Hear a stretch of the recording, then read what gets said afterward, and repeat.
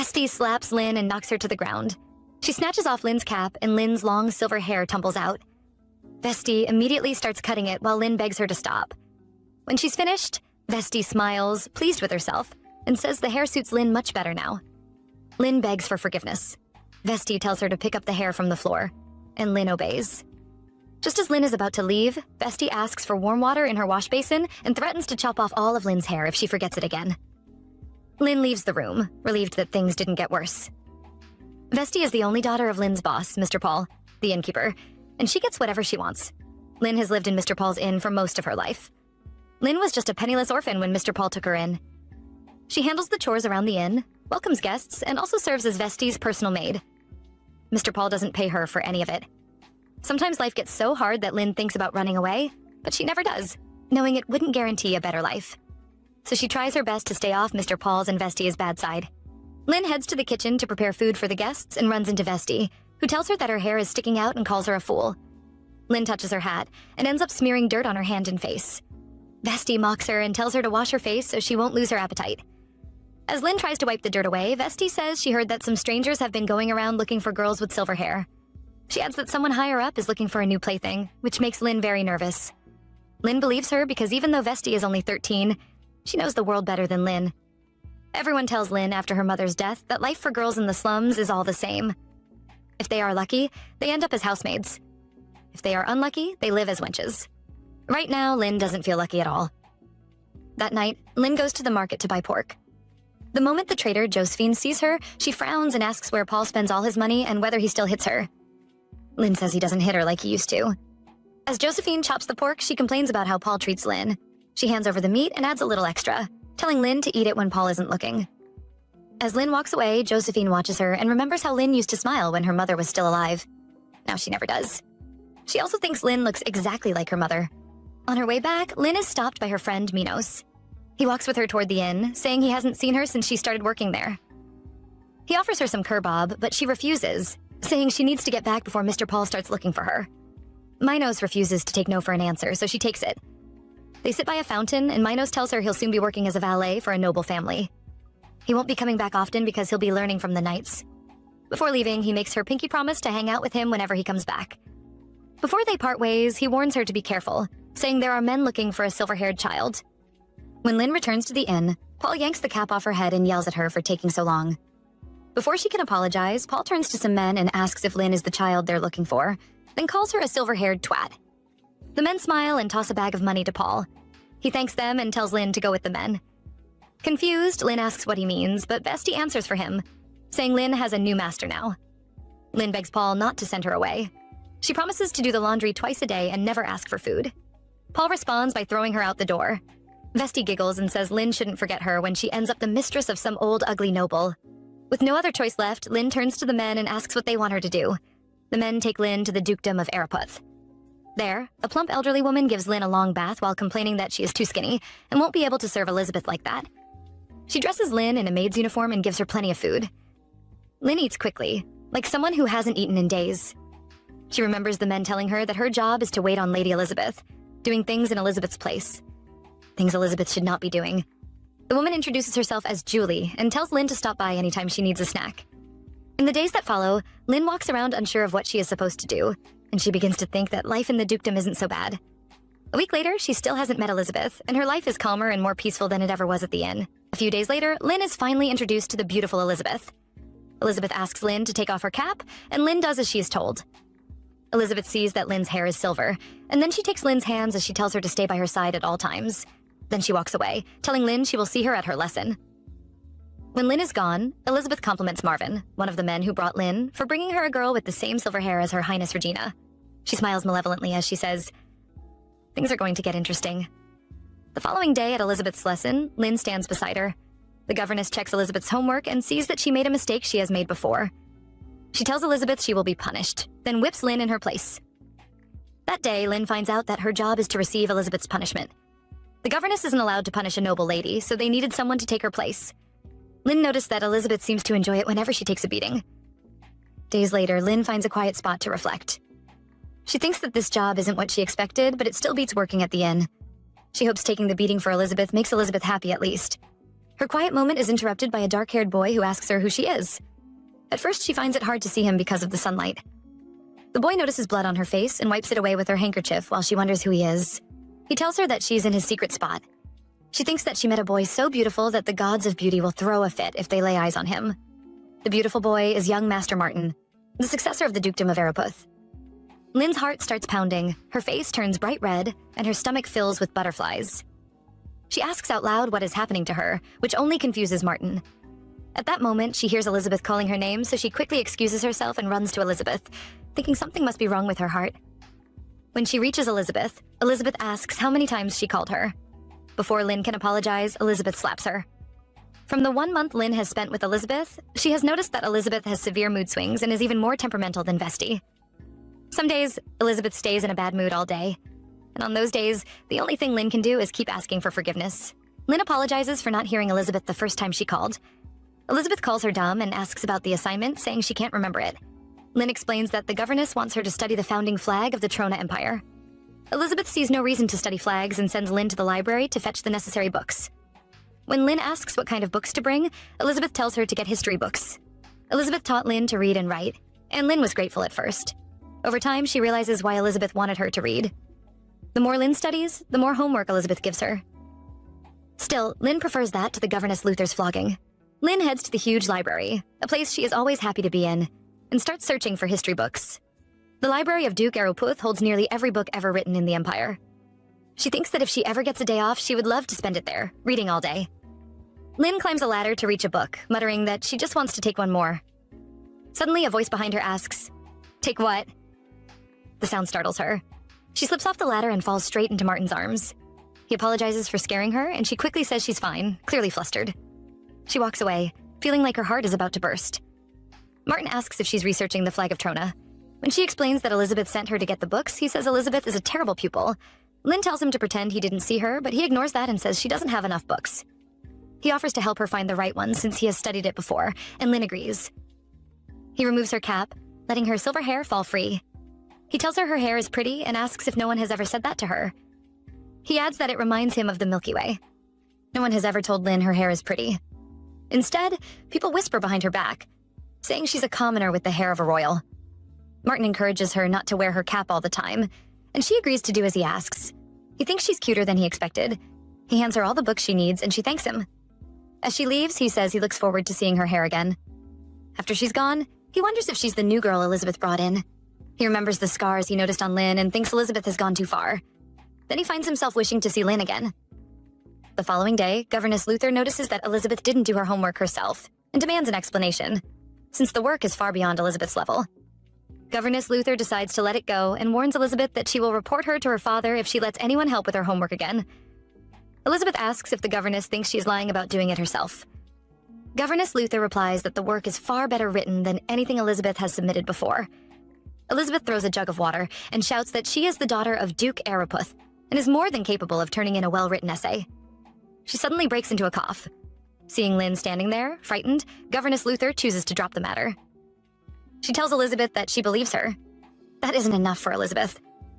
She turns on Lynn and slaps her so hard that her cap flies off. Then she faces the governess, admits she did wrong, and says she deserves punishment. She starts beating Lynn so harshly that the servants can't stand to watch, though none of them stop her. At last, the governess steps in and puts an end to it.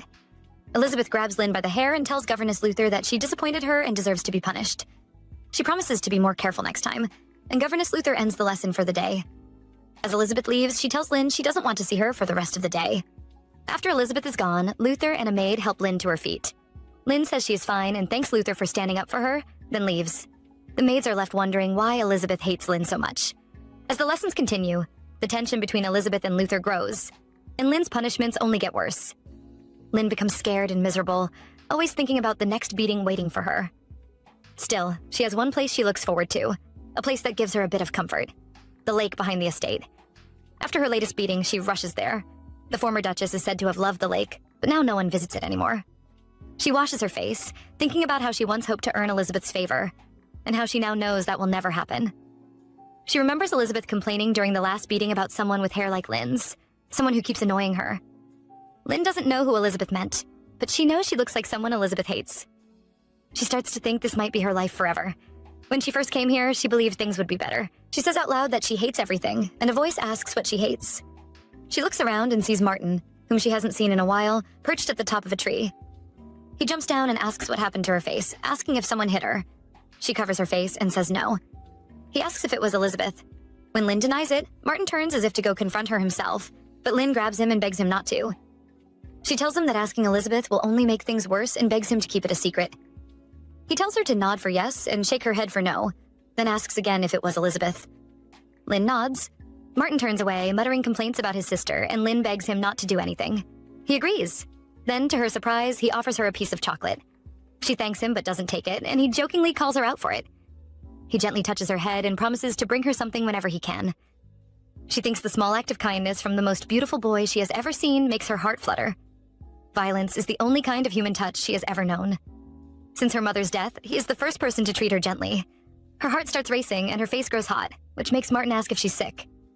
He leans in close and she panics.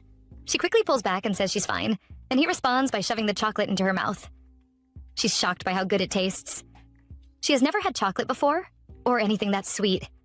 Martin pats her head and says he's glad she likes it, and her heart starts racing all over again. She isn't sure if it's the chocolate or the young master's beautiful smile. Martin then reminds her that she's been gone for a while and should head back. She runs toward the mansion, thinking she might get another beating, but deciding it's worth it because she gets to spend time with him. Martin watches her go, thinking it may be a long time before he sees her again. When Lynn reaches the mansion, she presses her ear to Elizabeth's door to check if she's awake. Hearing nothing, she puts on her cap and slips inside quietly. Thankfully, Elizabeth is still asleep. It's Lynn's duty to make sure Elizabeth wakes up in a good mood, or else Elizabeth will start throwing things at her. When Elizabeth wakes, she asks for water, and Lynn brings it. Elizabeth then asks where she was, saying she thought Lynn would follow her immediately and that she felt uncomfortable without her. Lynn knows that Elizabeth's claim is a lie. Elizabeth has plenty of other servants who serve her. Before leaving for the garden, Lynn saw Muriel, one of Elizabeth's servants, following her. Lynn apologizes, and Elizabeth asks where she went. Lynn says she went to the kitchen to tell the cooks to prepare snacks for Elizabeth for when she wakes from her nap. Elizabeth asks whether Lynn sees her as a pig, which makes Lynn a little nervous. She quickly adds that she knows Elizabeth likes canapés when she wakes up, and Elizabeth sends her off to fetch some. In the kitchen, Julie has already prepared the canapés because Lynn asked her to before heading to the garden. Julie gives Lynn Elizabeth's canapés and another for herself. Lynn refuses to take it, and Julie jokes that she can't serve it anyway because the shape is all wrong. Lynn thanks Julie for always looking out for her, and Julie mutters that Elizabeth will never control her temper. She heard from Muriel that Lynn was beaten again. Lynn assures her it didn't last long. As Lynn leaves, Julie wonders why Elizabeth treats her so badly when she's a good, hard-working girl. Later that night, Muriel helps Lynn get ready to pick berries in the forest. She volunteers to go with her, but Lynn refuses, saying Elizabeth ordered her to go alone. With no other choice, Muriel warns Lynn not to spend too much time picking berries because of wild animals. The reason Lynn is heading out so late is that Elizabeth excitedly told her, just 30 minutes earlier, that a visitor was coming. And he likes wild strawberries. Normally tasks like this are done in pairs, but Elizabeth insists Lynn go alone. Lynn doesn't mind going by herself. She hopes to run into Martin again, though she doubts it after overhearing some servants say he will soon leave for the academy. After walking for a while, she hears rustling from the bushes and remembers Muriel's warning. She falls to the ground, and a pair of eyes in the shadows stares back at her. She screams. On the nearby road, Elizabeth's visitor, Philippe, making his way to the estate, hears the scream. He stops his carriage and steps out to look for the person who screamed, speaking to his driver. Meanwhile, Lynn trembles in fear as the rustling gets closer. To her relief, it's just a deer. Realizing she's been out too long, she picks up her basket of berries and heads back. She brings the berries to Julie, who tells her to rest, but Lynn insists she will see Elizabeth first. Just then, another maid and Muriel rush into the kitchen, telling Lynn that the guest has arrived and Elizabeth wants everyone. A little later, all the servants line up as Philippe, the successor of Count Hargreaves, enters the mansion, greeting his dear friend Martin. An excited Elizabeth runs to him, asking what took him so long and saying she missed him. Muriel whispers to Lynn that Elizabeth fancies Philippe and that he's different from their young master Martin. To Lynn, Martin has a dark aura, with his raven hair and ash-gray eyes, while Philippe is bright and refreshing, like a spring forest. The three nobles sit, and Philippe says he came in high spirits, eager to reunite with his old friend Martin. Elizabeth asks if he didn't miss her too, and he responds that he also looked forward to seeing Martin's beautiful younger sister, which makes Elizabeth laugh, a sound she never makes in front of the servants. Suddenly, Philippe asks if Elizabeth has a new servant and refers to Lynn as the one with the silver hair. Lynn jolts, surprised that he noticed her by her hair. Everyone at the estate is so used to it that she sometimes forgets how unique it is. Philippe asks if she's new, saying he hasn't seen her face before. Elizabeth bites her lip in anger, slams her hands on the table, and shouts Philippe's name. She demands how he could be more interested in a servant when they haven't seen each other in ages. Philippe pats her head and says she comes first, which makes her laugh, and all the servants present, including Lynn, sigh in relief. As they eat cupcakes topped with the berries Lynn picked, Elizabeth suggests they go on a picnic the next day after Philippe mentions how beautiful the forest around the estate is. Martin refuses, saying Philippe must be tired, but Philippe insists he would love to go. Elizabeth starts rambling about having the kitchen prepare a basket for them and traveling by horse. Martin asks how far she wants to go.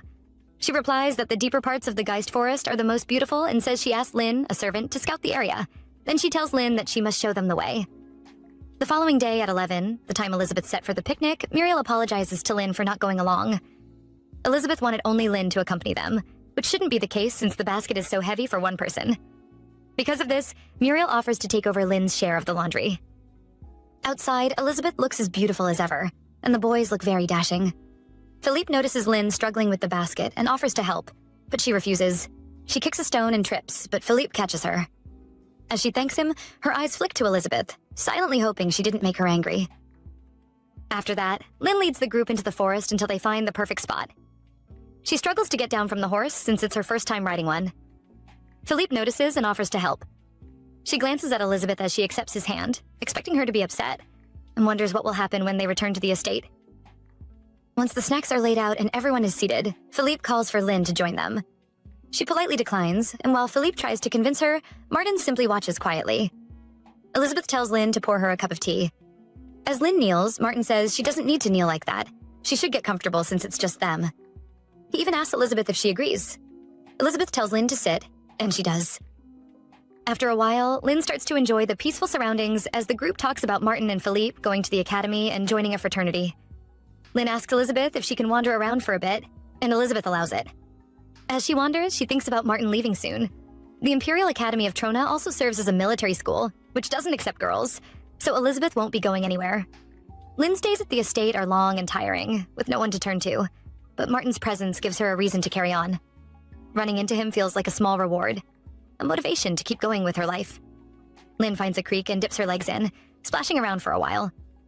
As she's about to leave, she spots some wild strawberries across the creek and remembers that Elizabeth said Philippe likes them. She heads over to get them.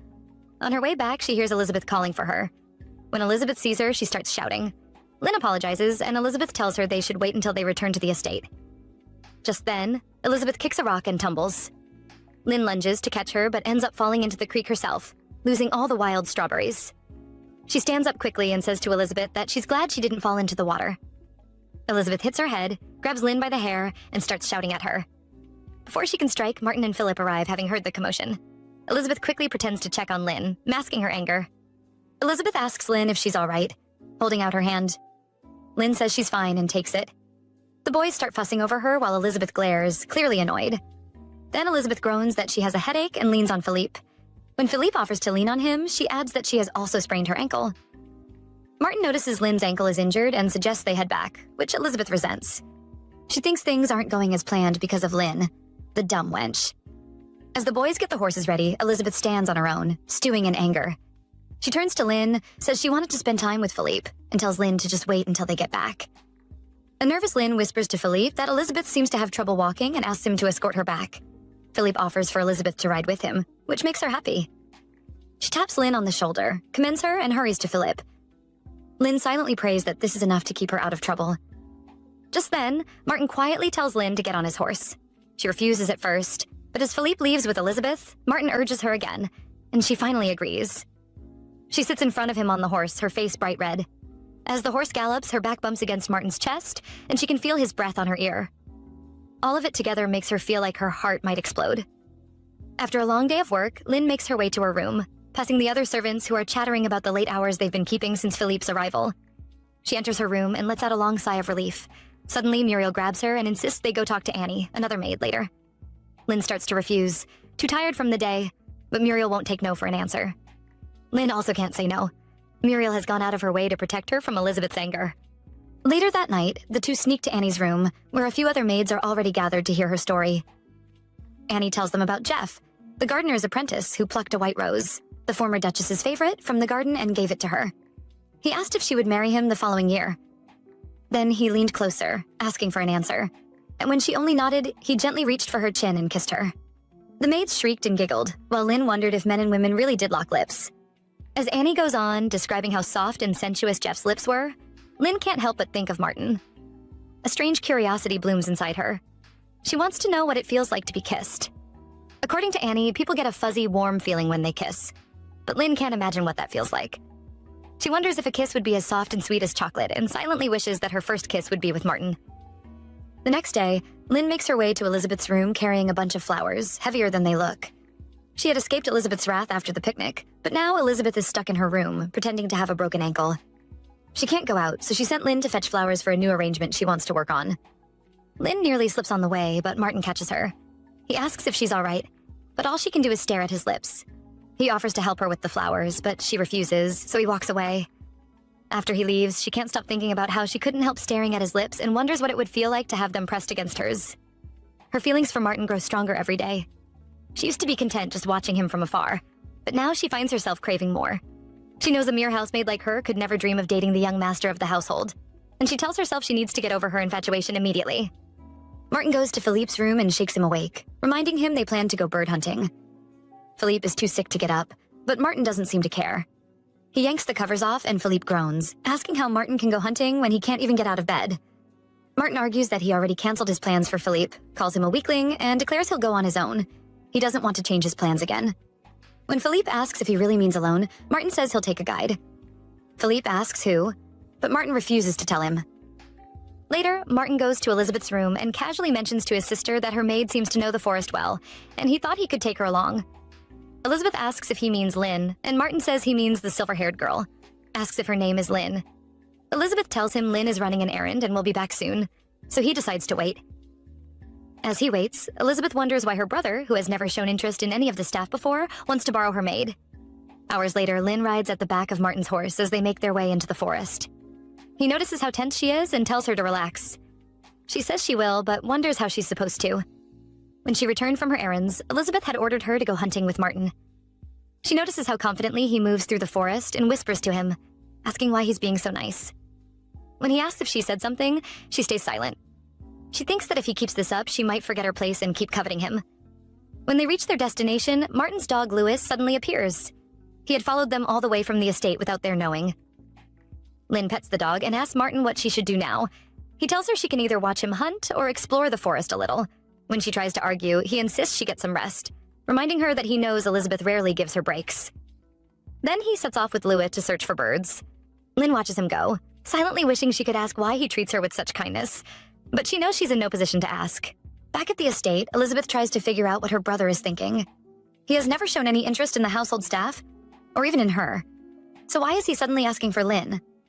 She suspects there's a reason he searched high and low for her. Elizabeth thinks it's because Lynn is the spitting image of the most revered woman in the Empire.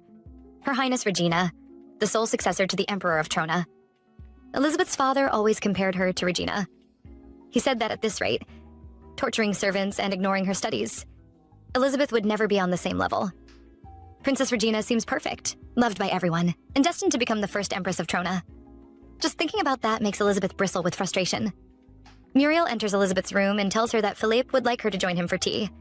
Elizabeth, momentarily forgetting about Lynn and her brother, jumps in excitement. When Muriel asks how she should respond, Elizabeth shouts that she should tell him she said yes. Back in the forest, Lynn kneels beside the bird Martin had shot, wondering why he would kill something so beautiful if it wasn't meant for food. Martin asks if she feels sorry for it, and she timidly asks if she can bury it. He agrees. She digs a small grave and lays the bird to rest, thinking it suffered a meaningless death, and the thought strikes her painfully, reminding her of herself. Just like the bird, her life depends on the whims of others. After saying goodbye, Martin asks if burying it makes her feel better. She shakes her head, saying, "Not really." Then he suddenly says he's lost interest in hunting, and Lynn can't help but worry she's hurt his feelings. He laughs and tells her to show him what she does when she comes to the forest. That night, the children had dinner with Duke Araputh. Elizabeth can't stop wondering if her father will bring up a potential match between her family and Philippe's. The Duke asks Philippe if he has made himself at home. Before Philippe can answer, Elizabeth interrupts, rambling about how she personally made sure Philippe felt comfortable, talking about the picnic, the tea, and all the activities they've done together. The Duke slams his hand on the table, furious, and asks if she can't see that he is addressing Philippe. Elizabeth quickly apologizes, feeling embarrassed. She had thought this would be her chance to earn her father's favor, but instead, he embarrassed her in front of Philippe. Meanwhile, Martin observes quietly, noting that his father seems to be holding himself in check. Noble families often use arranged marriages as a way to gain profit, even though they pretend to care about each other along the way. House Ariput and House Hargreaves, however, are different. They have been allies for generations, shared the same political views, and gone out of their way to protect one another. Everyone among the nobles knows about the strong bond between the two great houses. Felipe and Duke Ariput talk about how comfortable Felipe has been, and about Felipe's father, Alex. The Duke then asks about the hunting trip Martin and Felipe planned the previous day. Martin tells his father that Philippe wasn't feeling well, so he went alone. After asking about Philippe's health, the Duke turns to Martin and asks how the hunt went. Martin replies that he was able to move more freely through the forest. Elizabeth silently accuses Martin of lying. She knows he didn't go alone. He took Lynn with him. She believes he's lying because he knows she can't speak up. If she joins the conversation, their father will only get angry. There is a clear difference in how the Duke treats Martin and Elizabeth. Elizabeth believes it's because her mother, the Duchess, died giving birth to her. She is certain her father blames her for it. He has never held her, not even once. While he doesn't openly humiliate her in front of others, she knows he despises her. When she was younger, Elizabeth broke things to get his attention, but no matter how much she destroyed, he never noticed her. Eventually, she stopped breaking fragile things and started targeting things that wouldn't break so easily. Midway through dinner, Duke Ariput's assistant enters and whispers something into his ear. The Duke's expression tightens. He excuses himself, saying he has urgent business to attend to, and leaves the table. Once he's gone, Philippe lets out a small breath and admits that Duke Ariput always makes him nervous. Philippe then asks about the silver-haired maid who joined them on the picnic. Elizabeth clenches her hands as she replies that Martin took Lynn hunting, so she told the girl to take the day off afterward. Philippe turns to Martin, realizing Lynn was the guide he mentioned earlier. He asks what Martin caught. When Martin says he didn't hunt much, Philippe presses him, curious about what he did instead. Martin remembers Lynn talking about berries and flowers, how her mother taught her before she passed away. He remembers her apologizing for talking too much about herself, and how he told her he wanted to hear more. Back in the present, Martin smiles faintly and says he found more interesting things to do. Elizabeth watches him, unsettled by the expression on his face. Soon enough, both her brother and her father are getting on her nerves. After dinner, Elizabeth takes her anger out on Lynn. She accuses her of stealing her jewelry. Lynn insists she didn't take anything, but Elizabeth snaps that Lynn was the last one to touch the necklace. Lynn keeps repeating that she's innocent, certain she returned it after the picnic. Elizabeth turns to Muriel and asks if she shares a room with Lynn. When Muriel says yes, Elizabeth orders her to take her there so she can search for it herself. Muriel hesitates and explains that she needs permission from the head maid. Elizabeth hurls something at Muriel's head and demands to know if she truly needs permission from a mere maid. In the end, Muriel has no choice. She leads Elizabeth to the servants' quarters, where shocked servants freeze at the sight of Lady Elizabeth. They immediately sense that something is wrong. Elizabeth flings open a door without knocking, startling two half-dressed servants inside. Muriel quickly tells her it's the wrong room, while Lynn continues to insist she did nothing. Elizabeth snaps. She strikes Lynn, and when Muriel tries to intervene, Elizabeth shoves her aside. Then she grabs Muriel by the throat, tightening her grip as she demands to know where the thief's room is. Annie rushes off to report what is happening to the head maid, Julie. When Julie hears that Lynn is being accused of theft, she immediately dismisses it. She calls Lynn hardworking and honest, someone who would never stoop so low.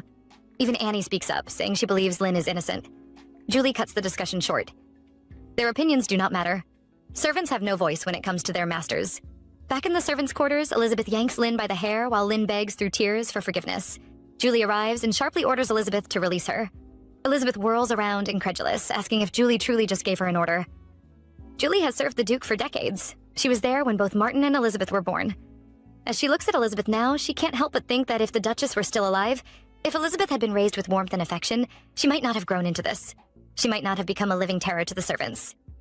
Elizabeth snaps that if Julie had done her job properly, no maid would dare touch her belongings.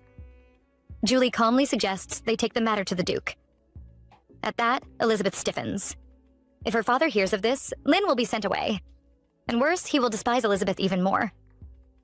Quickly, Elizabeth changes course. She declares that Lynn should be locked in the East Room until she repents. There is no need to inform her father, she says, because she is being generous enough not to have Lynn thrown out entirely. Julie has no choice but to obey. She grips Lynn's arm and leads her away toward the East Room as Lynn cries out that she didn't take the necklace, her voice echoing down the corridor. When they reach the East Room, Lynn immediately tells Julie that she didn't steal anything. Julie gently replies that she knows Lynn is innocent, But for now, they must wait and see how things unfold. She promises to come back for her once Elizabeth calms down. Lynn is shaken by everything that happened, yet a quiet sense of relief settles in her chest. At least someone believes her. As the days pass, Muriel visits her, bringing small items to help her pass the time. Lynn finds that, despite everything, she enjoys being away from Elizabeth. After a few days, Lynn returns to her duties. She soon learns that the missing necklace was found in Elizabeth's own room. As Lynn brushes her hair, Elizabeth casually mentions that it had been lodged between the cracks of her jewelry box. She adds that if Lynn had been more careful, none of this would have happened. There is no apology. At that moment, Lynn understands that her honor means nothing here. She is only a housemaid, easily blamed with nowhere else to go. The next day, Muriel helps dress Lynn for her first day off. She takes extra care with Lynn's hair, clearly wanting it to look perfect. Lynn tells her she feels bad for all the effort, but Muriel brushes it aside, saying she should have defended Lynn more during the necklace incident. Lynn assures her that it's fine and thanks her sincerely for believing in her. After that, Lynn heads into town.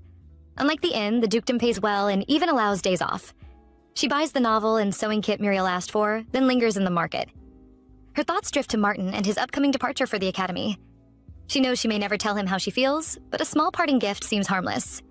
She hopes that, during his 6 years away, he might remember her. Just as Lynn turns to head back to the estate, someone grabs her shoulder and asks if she is Lynn.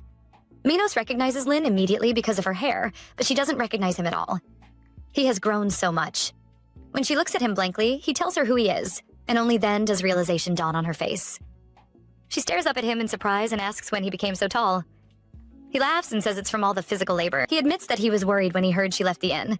Rumors had been going around that she was sold to some dukedom, but Vesti refused to give any details. Lynn asks if being a butler's apprentice really involves that much hard work. He shakes his head and says he grew tired of working for nobles altogether, so he left. Then, almost casually, he invites her to eat with him. Days later, several maids crowd around a window, watching Lynn talk to the new delivery boy, Minos.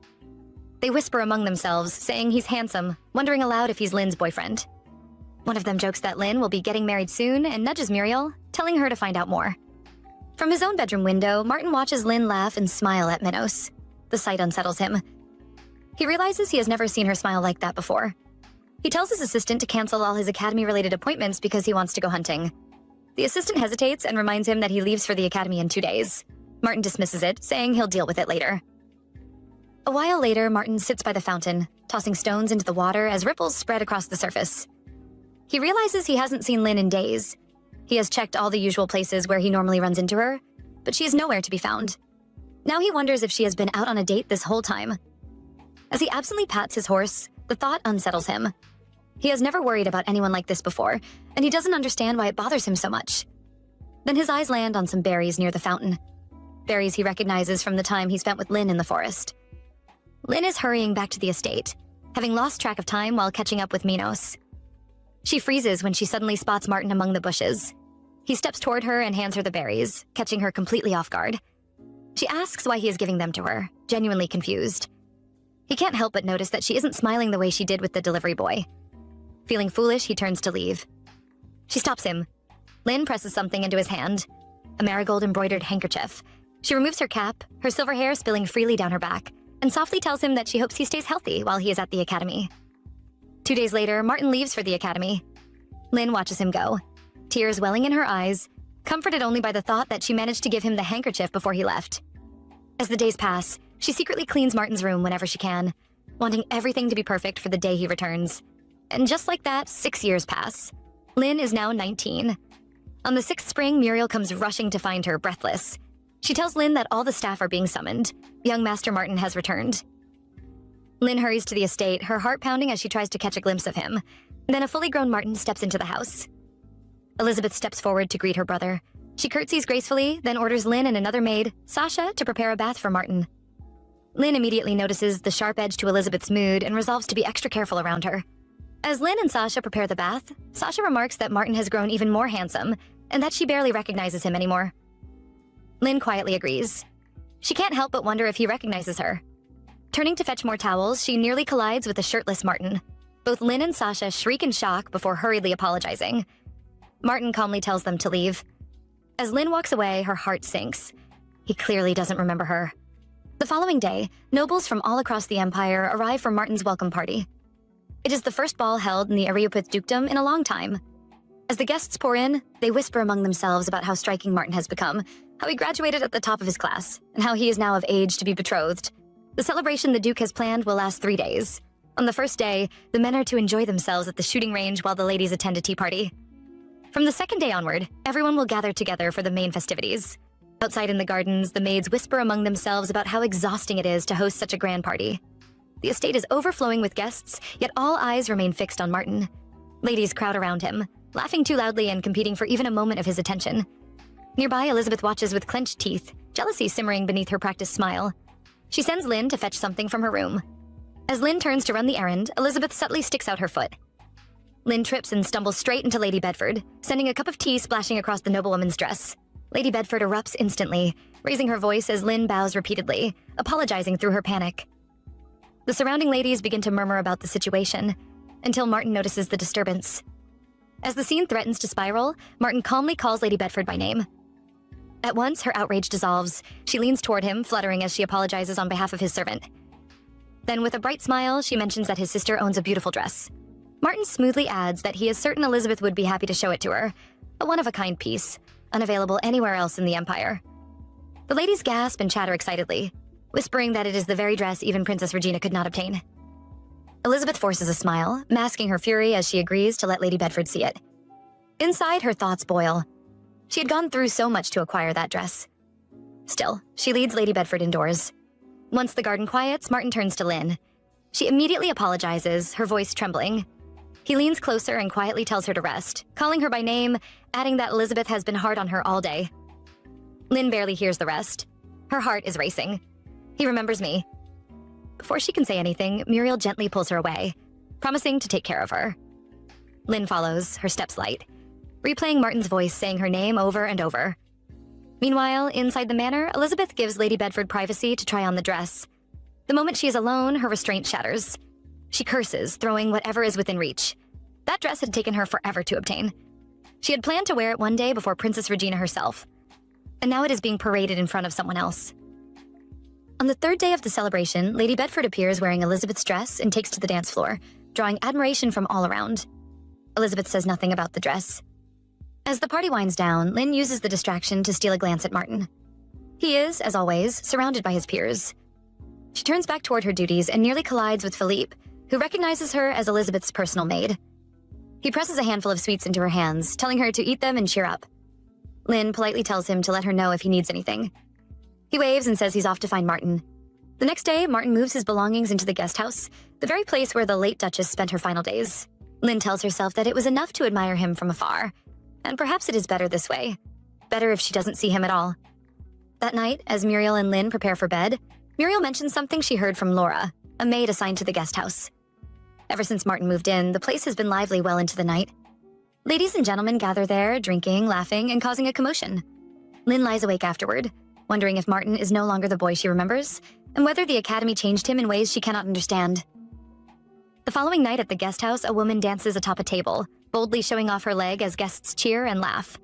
Martin sits apart from it all, quiet and withdrawn in a shadowed corner.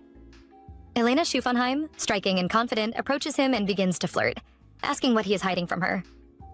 He answers simply, nothing. She presses on, saying she knows something must have happened to him at the academy. Before she can finish, a group of drunken men calls her over, inviting her to join them. With a light laugh, Elena turns away and disappears back into the crowd. Martin stares into his wine, thinking that this is the best he can do for now. It is the only way he knows to bury his family's ugly truth. His mind drifts back to the letter he once saw. My husband will be leaving soon, so let's meet at our usual spot. Your daughter Elizabeth is doing well? She has your beautiful nose. I think of you every time I lay my eyes on Elizabeth. The words claw at him. Martin wishes for someone, anyone, to save him. Back at the main house, Elizabeth complains about Martin staying in the guest house, saying it makes it difficult for her to see Philippe. To her, Martin's move is the perfect chance to earn her father's approval. So she sends Lynn to check on what Martin is doing and report back. Lynn's heart begins to race as she bows and answers, "Yes, my lady." It is Lynn's first time at the guest house. She hides behind a tree, watching from a distance, unsure whether to greet him and wondering who the woman beside him is. Suddenly, a man grabs her. She screams, drawing the attention of Martin and the guests. The man tries to pull off her cap as she struggles. Martin storms over, shoves him away, and orders him to get lost. When the man is gone, Martin turns on Lynn, his gaze sharp as he asks what she is doing there. She stammers that Elizabeth sent her to check on him. From inside, Elena watches the scene, struck by how Lynn reminds her of Princess Regina. Martin grips Lynn's wrist and pulls her inside. He asks if she wants to see him. Panic floods her. She begins to apologize, words tumbling over each other, when suddenly he kisses her. When the kiss ends, Martin notices her flushed cheeks and presses his lips to hers again. Then he comments that he thought she would run away. Lynn remembers the other maid's whispers about the intimate things men and women do at night. Martin tells her it won't end with just a kiss and asks if she's sure she wants to go through with it. Lynn feels a rush of conflicting thoughts. She has no idea what to do with him. He is destined to be the next Duke of Araputh, and she will always remain his housemaid. But this might be her only chance to be close to him.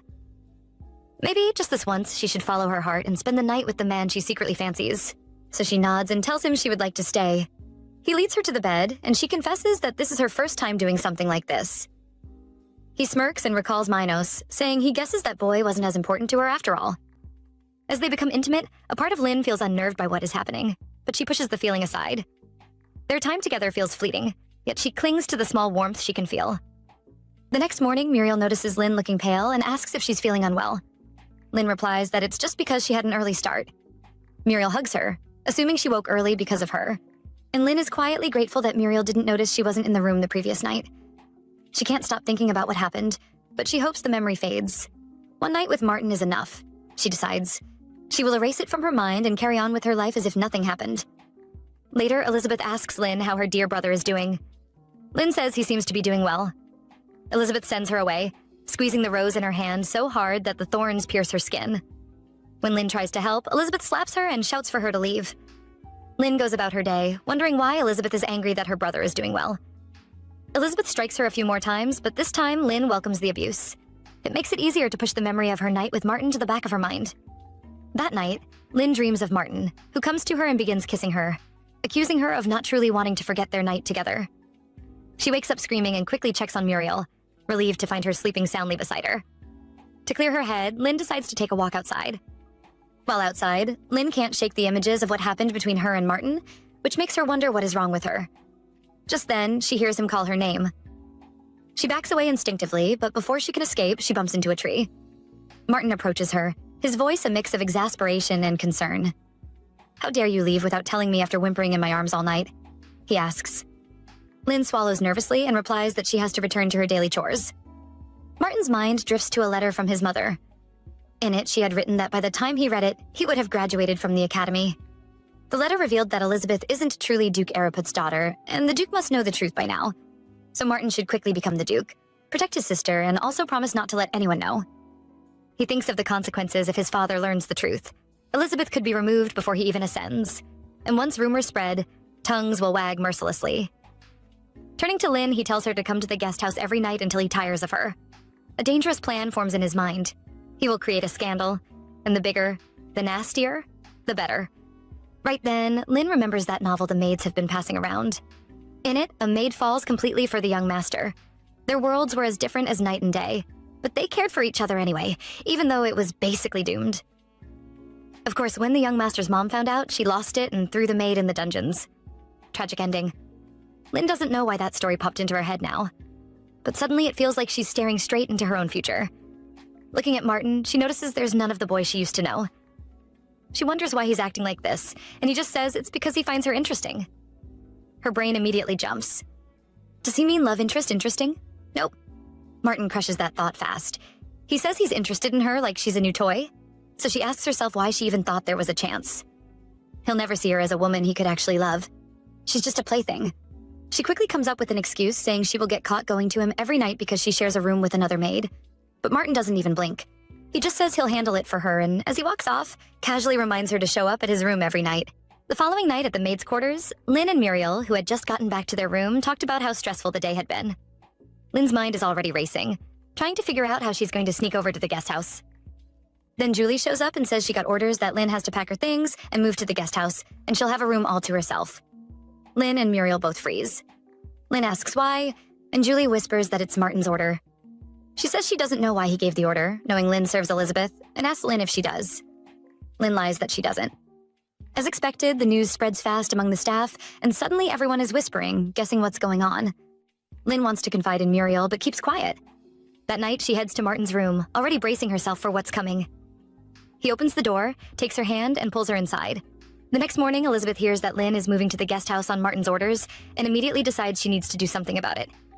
3 weeks later, Lynn wakes up in her room feeling like she barely got any sleep.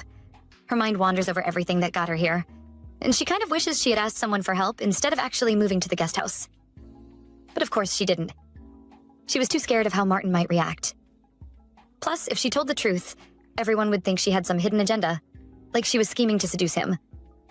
Despite getting the attention she craved from Martin, she still feels empty inside, and she thinks that it is because she is having trouble coping with the cold, hard truth that she is merely a thing of his desires. After that, she goes to the main house for breakfast. The servants were buzzing with excitement because the Duke and Martin left way too much food behind. Meanwhile, Lynn quietly eats alone. Then out of nowhere, a maid dumps a cup of water on her head, accusing her of seducing Martin while practically squishing her face. Julie storms over, scolding the maid and reminding everyone that bullying is strictly off limits. The maid shrugs and walks away like it's all totally justified. Since Lynn moved to the guest house, the other maids have made it their mission to make her life miserable. Even Muriel gives her the cold shoulder whenever they aren't serving Elizabeth. Whenever the teasing gets unbearable, Lynn's thoughts automatically drift to Martin. She realizes she's leaning on him more and more, and she can't help but wonder what would happen if Elizabeth ever found out what's going on between them. One thing she's sure of, she won't just get fired, but that also means she absolutely must never, ever get caught. That night, Martin dreams back to when he was a little kid in the palace. He's standing by the rose bushes, ignoring someone calling his name. He reaches out to touch a rose and, surprise, the thorn pricks him. Just then, a woman with silver hair, just like Lynn's, appears. She gently wipes the blood from his hand and says it breaks her heart to see him hurt. Martin wakes up, surprised. He hasn't thought of Empress Arpe in years. He remembers how he used to miss her warm hugs whenever he visited the palace. She was the only person who treated him kindly after he lost his mother. Maybe that's why he keeps seeking out Lynn, he thinks. Just then, Lynn knocks on the door, and Martin remembers telling her she didn't need to. When he sees her face, he notices she looks like she's about to cry. Before he can ask more, she runs into his arms and begs him to be intimate with her. Lynn feels completely drained after a day of being mistreated. She knows Martin played a part in getting her into this mess, but honestly, she doesn't care as long as she's in his arms. Meanwhile, the maid who bullied her that morning spots her slipping into Martin's room and immediately decides to run and tell Elizabeth. The next day, Lynn uses her rare day off to leave the estate and meet Minos. She always feels calm and relaxed around him. Since he only comes back once or twice a year, she treasures these visits. True to form, he brings her food. He notices she looks paler than usual and asks if anyone's been giving her a hard time. When she says no, he raises an eyebrow and asks if it's a guy issue. Lynn can't help but notice that Minos has this uncanny way of reading people. He warns her to be careful, saying men are animals and she shouldn't fall for anyone who swears they love her. Then he looks at the table and nearly chokes. Lynn's already polished off all the pastries he brought, and there were plenty. She explains she's been hungrier than usual, and he laughs, telling her it's good she's eating well. He also reminds her to let him know if anyone treats her badly, so he can put them in their place. Lynn realizes it's been ages since anyone genuinely worried about her like this. At the estate, Martin lines up his shots, hitting every target without fail. His mind keeps drifting back to last night with Lynn. He can't stop thinking about the bruises he noticed on her body. When he asked, she brushed it off, saying she got hurt at work. He shoots again and misses for the first time, making the people around him stare. He wonders if Elizabeth caused the bruises, but then shakes his head. She's calmed down a lot since coming of age. Maybe it was the other maids, he thinks. They've been gossiping about Lynn for sure. He can't figure out why she's not telling him anything. Doesn't she trust him?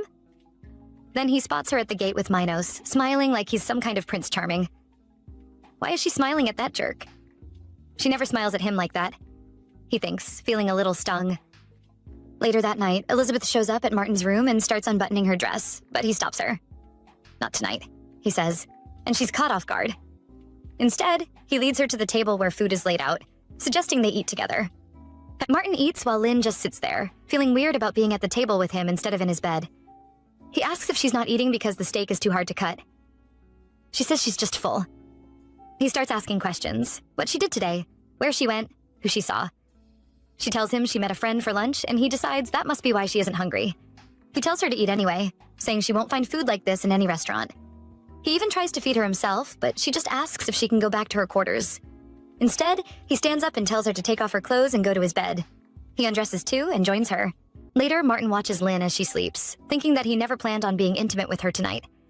Looking at her reminds him of the first day they met. It all started when Elizabeth casually asked their father for a personal maid, as if she were asking for a new doll. Martin later asked Elizabeth why she wanted another maid when she already had so many. Elizabeth replied that she needed someone to be punished in her place. Despite her angelic face, Elizabeth was cruel and selfish. Not long after that, Lynn arrived at the estate. She was small and frail. One day, when Martin was hiding up in a tree to escape his maids who were searching everywhere for him, he heard snoring at the foot of the tree. It was Lynn. He jumped down and watched her sleep. He noticed tear marks on her long lashes and her hair shining in the sun like pale silver. He thought it was strange that a simple housemaid had hair the color of royalty. That was when he became curious about her. He wondered if Lynn's hair was the same as Her Majesty Arpe's. As he stares at Lynn now, he thinks there is something about her that keeps pulling him in. He wants to keep her in his arms forever, and it unsettles him how much it affects him whenever he sees her cry. He feels like a child who refuses to let go of a favorite toy. In the end, he tells himself it's just possessiveness and that it will pass someday. The next day, Lynn goes about her chores, thinking she's finally having a calm day for once. Of course, that doesn't last. Mari, the maid who has been bullying her, suddenly shoves her. Lynn falls, and the apples she's carrying roll all over the floor. Mari laughs and says Lynn must be tired from her nighttime activities.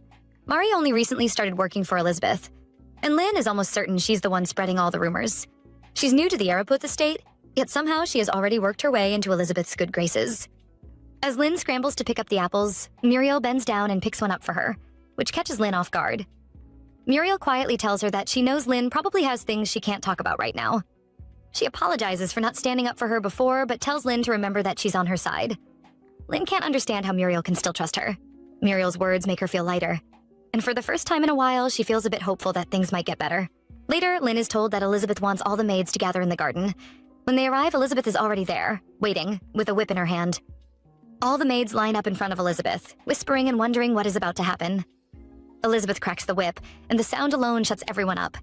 Then she says she knows about the ugly rumors going around, about an insolent housemaid who dared to seduce her brother, Martin. Lynn covers her mouth in shock. Elizabeth points the whip straight at Lynn and orders her to step forward. Lynn stands in front of Elizabeth, head bowed, her body shaking. Elizabeth demands to know how a mere maid could dare to seduce the successor of Araputh. She adds that instead of cutting off Lynn's fingers, she will cut off her toes, since Lynn still needs her fingers to work for her. She then shouts at Lynn to admit that she seduced her brother. Just then, Julie rushes in and asks Elizabeth what she thinks she's doing. She reminds her that the maids need to work, and gathering them like this will only cause problems for the estate. Elizabeth fires back, accusing Julie of not doing her job properly. She says Julie must have heard the rumors, since she was the one who ordered Lynn to move to the guest house. She complains about how ridiculous it is that a lowly maid like Lynn has a room all to herself. Then she demands to know if Martin ordered Julie to place Lynn in the guest house. Julie calmly says it was her own decision, which shocks both Lynn and Elizabeth. She explains that Lynn was the only maid who volunteered to turn off all the lights in the estate every night. The job keeps one up very late, and Lynn didn't want to disturb the other maids, so Julie gave her a room of her own. Julie adds that Lynn never leaves her room after finishing her rounds. The other maids begin to murmur among themselves, slowly starting to believe that Lynn never seduced Martin after all. However, Mari raises her hand and accuses the head maid of lying. Some of the maids try to stop her, but Elizabeth tells her to step forward anyway. Elizabeth asks if she has proof. Mari says she is sure the rumors are true because she saw it with her own eyes. Lynn entering the young master's room. Elizabeth immediately orders Lynn to be tied to a tree. Julie steps in at once and asks Mari what she was doing at the guest house in the first place. Mari says she was just trying to help out, then snaps back, asking Julie if she thinks she was trying to seduce the young master too, like Lynn. Julie calmly throws a bag onto the ground. She tells Elizabeth that for months now, the guest house staff have been complaining about missing jewelry, and she found all of it in Mari's room. The maids start murmuring, realizing that Mari was the one spreading rumors about Lynn. Mari drops to her knees in front of Elizabeth, crying and shaking. She admits she stole the jewelry, but insists that she really did see Lynn enter the young master's room. Elizabeth is furious. She thinks this was the perfect chance to punish Lynn while keeping her image clean, but Mari ruined everything. She whips Mari instead and orders her to be tied to the tree. Lynn watches in confusion, wondering why Mari is being punished instead of her, and why the head maid would risk herself to protect her. After that, Mari is fired. The other maids rush to apologize to Lynn. One of them even offers her a freshly baked pie. But the moment Lynn smells it, she starts dry heaving. One of the maids stares at her and asks if she has morning sickness. Another maid steps in to defend Lynn, saying the rumors aren't true at all. The maid who mentioned morning sickness quickly apologizes, adding that feeling sick doesn't automatically mean someone is pregnant. The others nod along, saying Lynn is probably just stressed, and even offer to take her to the hospital. Lynn assures them she's fine. Inside, she feels scared, but oddly enough, a little excited too. Meanwhile, Julie goes to see Martin and tells him she has completely quelled the rumors about Lynn, just as he asked. She can't help thinking that she already knew something was going on between them. She has known Martin since the day he was born, and she has never seen him show this much interest in anyone before. Still, she reminds herself that the masters have their private lives, and as head maid, it is her job to keep their secrets. Later, Martin has tea with Philip and Elena. Philip mentions that he heard the Ariput estate is famous for late-night parties, and asks Elena why she didn't stop Martin. Elena laughs it off, blames the cocktails, and says Martin hasn't thrown a party in a while anyway. When Philippe asks Martin why, Martin simply says he lost interest, then asks if they came just to check on him. Philippe says he will soon take over as count since his father is ill and things aren't looking good. Once that happens, he won't be able to see Martin as often. Elena shares that she plans to start practicing as a physician for women soon. It took a lot of effort to convince her father, especially since it's such a new field. At the guest house, Lynn stares at the jewel Martin gave her, wondering what she is even supposed to do with it. When someone calls her name, she quickly hides it. She remembers how flustered she was when he handed it to her. She didn't even think to refuse, and she couldn't ask why he gave it to her because he looked far too serious. Later, Lynn and Muriel accompany Elizabeth to Lady Bedford's estate. As the two ladies chat over tea, Lady Bedford casually mentions that her family has received a marriage proposal. Lynn nearly freezes. Elizabeth smoothly assures her that her father believes Lady Bedford would make a fine daughter-in-law. Lynn's heart starts racing. Are they talking about Lady Bedford marrying Martin? She knows Martin is of marriageable age, but she never expected things to move this fast. She realizes that if he gets married, she won't have to sneak into his room at night anymore. She tells herself that she should be happy about that. Still, she can't stand the thought of Martin in another woman's arms. Muriel notices Lynn sweating and asks if she's all right. Lynn wipes her forehead and says she's fine. She isn't. Hearing that Martin might be getting married hurts far more than she expected. Back at the estate, Philippe and Elena head toward their carriage when Philippe admits he's worried about Martin. He grumbles that all Martin does now is hunt or lock himself in the guest house with a drink, and that he was nothing like this back at the academy. Elena shrugs and says maybe marriage will knock some sense into him. On the way, they run into Elizabeth, who has just returned with Lynn and Muriel. Elizabeth invites them to stay for tea, but they decline since they're already on their way out. While Philippe chats with Elizabeth, Elena keeps staring at Lynn. She recognizes her as the maid she once saw talking to Martin outside the guest house. After Elizabeth leaves, Elena asks Philippe about the maid who was standing beside her. Philippe explains that Lynn is a housemaid with silver hair, which clearly surprises Elena. She asks how a commoner could have silver hair like a royal. Philippe says it must just be a coincidence, especially since Princess Regina is an only child. Even so, Elena can't get it out of her head. A commoner with silver hair feels like too much to ignore. She starts wondering if that hair is the real reason Martin is so drawn to Lynn. That night, just as Lynn and Martin are about to be intimate, Lynn can't stop thinking about Lady Bedford talking so happily about her wedding plans. She suddenly sits up, startling Martin. Then she asks him why he gave her the jewelry. He says he thought it would look good on her, but she tells him it's far too much for a housemaid like her. Martin tries to pull her back, telling her not to worry about it and to move on. But Lynn asks another question, one she can't keep inside. What if she gets pregnant? Martin freezes, his mind flashing back to his mother's letter.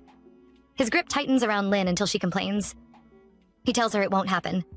When she insists that there is always a chance, he snaps, raising his voice and saying there isn't. He adds that the Ariput dukedom has no need for an illegitimate child.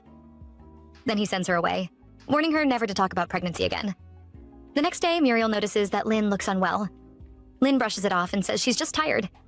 Muriel tells her to rest, and Lynn insists she's fine, but before she can finish her sentence, she stumbles. Elizabeth sees this and asks what's going on. Muriel explains that Lynn has been sick. Elizabeth clicks her tongue, annoyed that Lynn is inconveniencing her, and orders Muriel to take Lynn to the physician. At the hospital, the doctor examines Lynn and calmly tells her that she is pregnant. On the carriage ride back to the estate, Muriel asks Lynn what the physician said. Lynn lies and says it's just a cold. In reality, the physician told her she was 2 months pregnant, advised her on what to eat, and asked where her husband was. Lynn said he was at work, and the physician told her to bring him along next time. She starts wondering when her body will begin to show and realizes Martin will probably notice first, since he sees her every night. She also thinks about how she has been alone ever since her mother died. This child feels like a second chance at having a family. She knows the baby will likely be taken away once it's born, so she decides she will do everything she can to protect her child. That night, Lynn asks Martin for more sparkly trinkets like the one he gave her. Martin is surprised, since she has never asked him for anything before. He asks why she's acting strange and says she looks like someone who's about to leave him. Lynn just hugs him and says she likes him. As time goes on, Lynn's stomach begins to grow and her body starts to change. Because of this, she keeps her clothes on when she is with Martin, while he continues to spoil her with gifts. She quietly saves every single one. She hopes she can sell them later for a good price. She wants to make sure her child doesn't suffer from being born out of wedlock. To do that, she needs money for both herself and her baby. One night, after she finishes with Martin, Lynn begins to dress to return to her room. Martin tells her to stay longer since the next day is off. She refuses, saying she needs to go into town to see the physician. He offers to go with her, but she quickly says no, explaining that she doesn't want rumors starting again. He gives in and lets her use his carriage instead, and she smiles at him. Martin notices that she has been smiling at him more often lately, but something about it feels off, like something isn't quite right. In the morning, Lynn packs her things, ready to leave Eruputh for good. As she rushes out, she bumps into Elena and immediately starts apologizing. Elena grabs her wrist, telling her to calm down, then suddenly freezes. Lynn asks why she looks so shocked, but Elena says nothing. As she watches Lynn walk away, Elena wonders if she might have been wrong about what she noticed. In town, Lynn sells her trinkets for surprisingly good prices. After that, she starts thinking about how she's going to get the coachman to leave without her. She heads toward the only exit out of the village, but quickly hides when she spots the coachman. Just then, someone touches her shoulder and asks what she's doing there. It turns out to be Minos. He looks genuinely happy to see her, but Lynn isn't. He invites her to have tea with him, and she agrees, thinking this might be the last time she ever sees him. At the cafe, Lynn is restless, barely hearing anything Minos is saying. He talks about the docks, about how he has seen so many men quit, and how he can always tell who will last and who won't. Then he looks at her and asks why it feels like she's about to run away. Lynn decides she doesn't want to lie anymore. She tells him she's leaving the dukedom of Eruputh. Minos is stunned. He raises his voice and asks if she's even allowed to quit, drawing looks from the other people in the cafe. She quietly tells him she ran away. Upset, he asks if she planned to leave without telling him. When she apologizes, he stands up in anger, then forces himself to calm down. Looking at her face, he realizes something terrible must have happened. He knows how hard her life has been, how she has always endured everything quietly. If she can't explain why she's running, then it must be serious. He asks how she plans to leave the village. When she says by carriage, he immediately tells her she'll get caught and suggests she leave by ship instead. He promises to get her a ticket on the first ship leaving the next day, as long as she writes to him once she settles down. Lynn agrees. They spend her last day in the village together, and since she doesn't know when she'll see him again, she buys him a scarf to thank him for his kindness. That night, Minos takes Lynn to an inn in the middle of nowhere, the kind of place no one would ever think to check.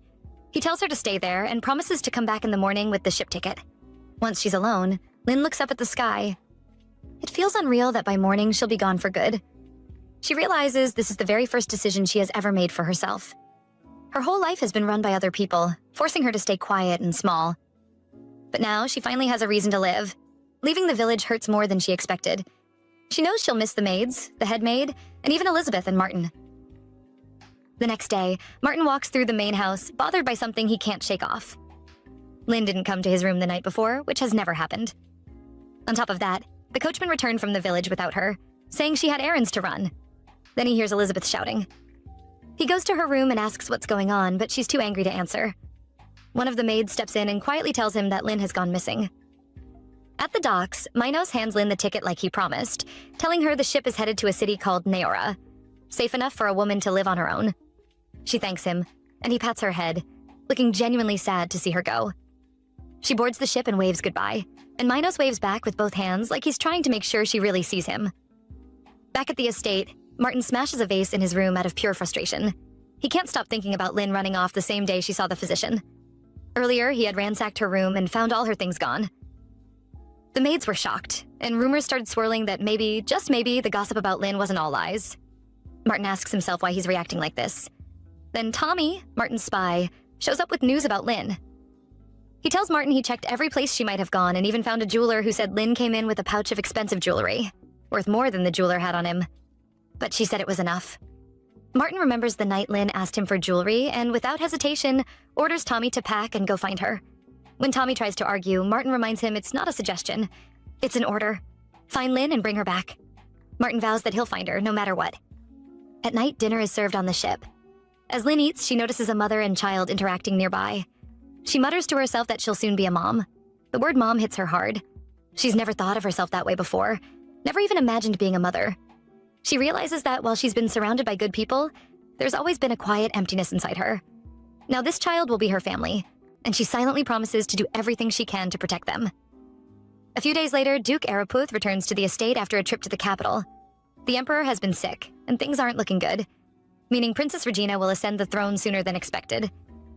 The Duke comments that Regina is clever and will make a wise queen. He asks his assistant if Martin has come to his senses. The assistant reports that ever since the maid ran off, Martin has been drinking himself silly in the guest house. The Duke mutters that the fool is hung up over a silly maid, but his words are cut off by a knock at the door. Lady Bedford enters, introducing herself as his soon-to-be daughter-in-law. He welcomes her in, taking the news in stride. Later, Lady Bedford heads to Martin's chambers. When she steps inside, Martin doesn't give her a warm welcome. She tells him she's there to discuss the engagement ceremony, which is just a few days away. Martin, sounding sharp, tells her that the marriage is between their families, so his opinion on the ceremony isn't needed. Lady Bedford can't believe he's still sulking over some missing maid. She tells him he's a noble and should act like one, then adds that she can't wait to be the Duchess of Araputh. She declares herself ambitious, saying it doesn't matter whether he loves her. Nobles don't marry for love anyway. With that, she leaves his room laughing. Meanwhile, Tommy is still on the hunt for Lynn in the village, asking everyone if they've seen her, but no one has. Tommy and Lynn weren't close, but she always went out of her way to give him extra food. He knows she visited Martin every night at the guest house, and that Elizabeth punishes her during the day, which made him feel sorry for her. He heads to the dock and shows her picture to some men. They don't recognize her, but one suggests checking the inn by the port. After hours wandering through the forest, an exhausted Tommy finally finds the inn. A little boy spots him and runs over, shouting to his mother that they have a guest. The boy tries to grab Tommy's bag, but Tommy refuses, saying he's not a customer. He shows the boy Lynn's picture, and the boy recognizes her, saying she visited the hospital. At the hospital, the physician tells Tommy that Lynn came because she's pregnant, which shocks him. The physician asks if Tommy is her husband, and he immediately says no. Walking the streets afterward, Tommy worries about Martin's reaction. He's certain Martin is the father of Lynn's baby. That night, Martin dreams of Lynn holding him in the river. Just as he reaches out to touch her, she fades away, and he wakes up alone in the bathtub. It's been 5 days since Lynn left, and he can't stop thinking about how she lied and ran off. Part of him wants to punish her for leaving, and part of him just misses her. Deep down, he knows how he feels about her, but he can't admit it, even to himself. The next day, Martin visits Lady Bedford at the Bedford estate for the first time. She greets him with the best tea she can make and tries to invite him to stay for a meal. He refuses and cuts straight to the point. He's there to call off their engagement. He tells her she can tell everyone it's his fault. When she questions why he's calling off the engagement, he doesn't even bother producing a formal reason. She calls him irresponsible, insisting that their marriage was arranged by their families, and he can't just cancel it. He points out that he never agreed to the marriage in the first place. Lady Bedford stubbornly insists she has no intention of canceling and will just pretend this conversation never happened. Martin says that calling off the engagement is better for her, and slides over a paper containing evidence that she's been involved with the stable boy, Travis. He reminds her how improper it is to lose her virginity before marriage. Lady Bedford defends Travis, saying he did nothing wrong, and Martin calmly replies that's exactly why he suggested she blame him for breaking off the engagement. She asks if this is all because of the missing maid, and he doesn't even deny it. She resolves that she'll do everything to become Duchess of Araputh. Her family and the Arapuths both have mines, and marriage will allow them merge the mines, which will increase profit. Martin says he believes they each have the power to choose their own destiny, and that sometimes she needs to face her fears. As he leaves, he asks if she's willing to sacrifice her personal happiness for the benefit of the Bedford family. On the day of the engagement ceremony, Lady Bedford doesn't show up. Instead, she runs off with Travis, the stable boy, the day before, shocking both families. The next day, Duke Araputh complains about the whole mess while having tea with his son. He asks Martin if he's all right, and Martin says he is. The Duke grumbles that the Bedfords should reimburse him for the ceremony, but Martin tells him to let it go. Their minds are almost empty anyway, and they should focus on families with closer ties to Princess Regina. Duke Araputh thinks his son has finally grown up. He says Martin's suggestion is one option, then asks if Martin has feelings for the maid. Martin says he isn't sure, but he can't get her out of his head. The Duke then says he knows for a fact that Regina has feelings for a knight from a small neighboring country, so social status clearly isn't stopping anyone anymore. He adds that if Martin finds Lynn, he would like to meet her. Elizabeth overhears this and realizes, in fury, that her father and brother are willing to accept a maid as the next Duchess of Araputh. She thinks about how she brought Lynn into the household just to vent her anger on her. If Lynn marries Martin and becomes the mistress of the estate, Elizabeth knows Lynn could expose everything she did to her. Elizabeth swears she will do everything in her power to keep Lynn from ever coming back. In the middle of the night, Elizabeth hands an assassin a large sum of money, promising more if he succeeds. She shows him a picture of Lynn and orders him to find her and end her. As proof, she tells him to bring back Lynn's eyeballs and a lock of her hair. At the royal palace, the dying emperor decides it's finally time to reveal a secret he's been keeping from Regina for years. Meanwhile, Lynn is finally tasting freedom at Neoroport. She's been there a few days and just bought a ticket to Pierrot. Struggling to get into the carriage because of her growing belly, she's helped by a woman who stretches out her hand. Lynn notices the woman's tone is sharp, but the gesture is kind, so she accepts. The journey is long, half a day through a deep forest. But Lynn doesn't mind. She just wants to settle somewhere Martin can never find her. Her child may be illegitimate, but it still carries Arapith blood, and she's determined that no one will take the baby from her. Suddenly, the carriage rattles and a scream pierces the air. Before anyone can react, bandits burst in, demanding that everyone hand over their valuables if they want to survive. At the royal palace, Martin pays a visit to the newly crowned Empress Regina. They haven't seen each other since her coronation. She asks about his canceled engagement and if there's someone on his mind. When he says no, she leans in and says she has something important on her mind. Her late father told her that she had a half-sister, and if royal blood ran through her veins, the girl should have silver hair like hers. Finding her half-sister is now her top priority. Martin quickly asks if he can help. A few minutes later, Martin heads to his carriage where Tommy waits, thinking he has to find Lynn immediately. Before he can climb in, Elena stops him. He responds impatiently, but she presses on. She says she heard he broke off his engagement over a maid named Lynn. Surprised, he asks how she knows her. She explains she saw Lynn the last time she was at the Arapith estate and even grabbed her wrist. At first uncertain, but Lynn's posture made it clear. Then Elena drops the bombshell. She asks Martin if he is the father of Lynn's unborn child, leaving him stunned. He asks her to repeat herself. She says she only knows because she has been studying women's medicine, then asks him again if he is the father.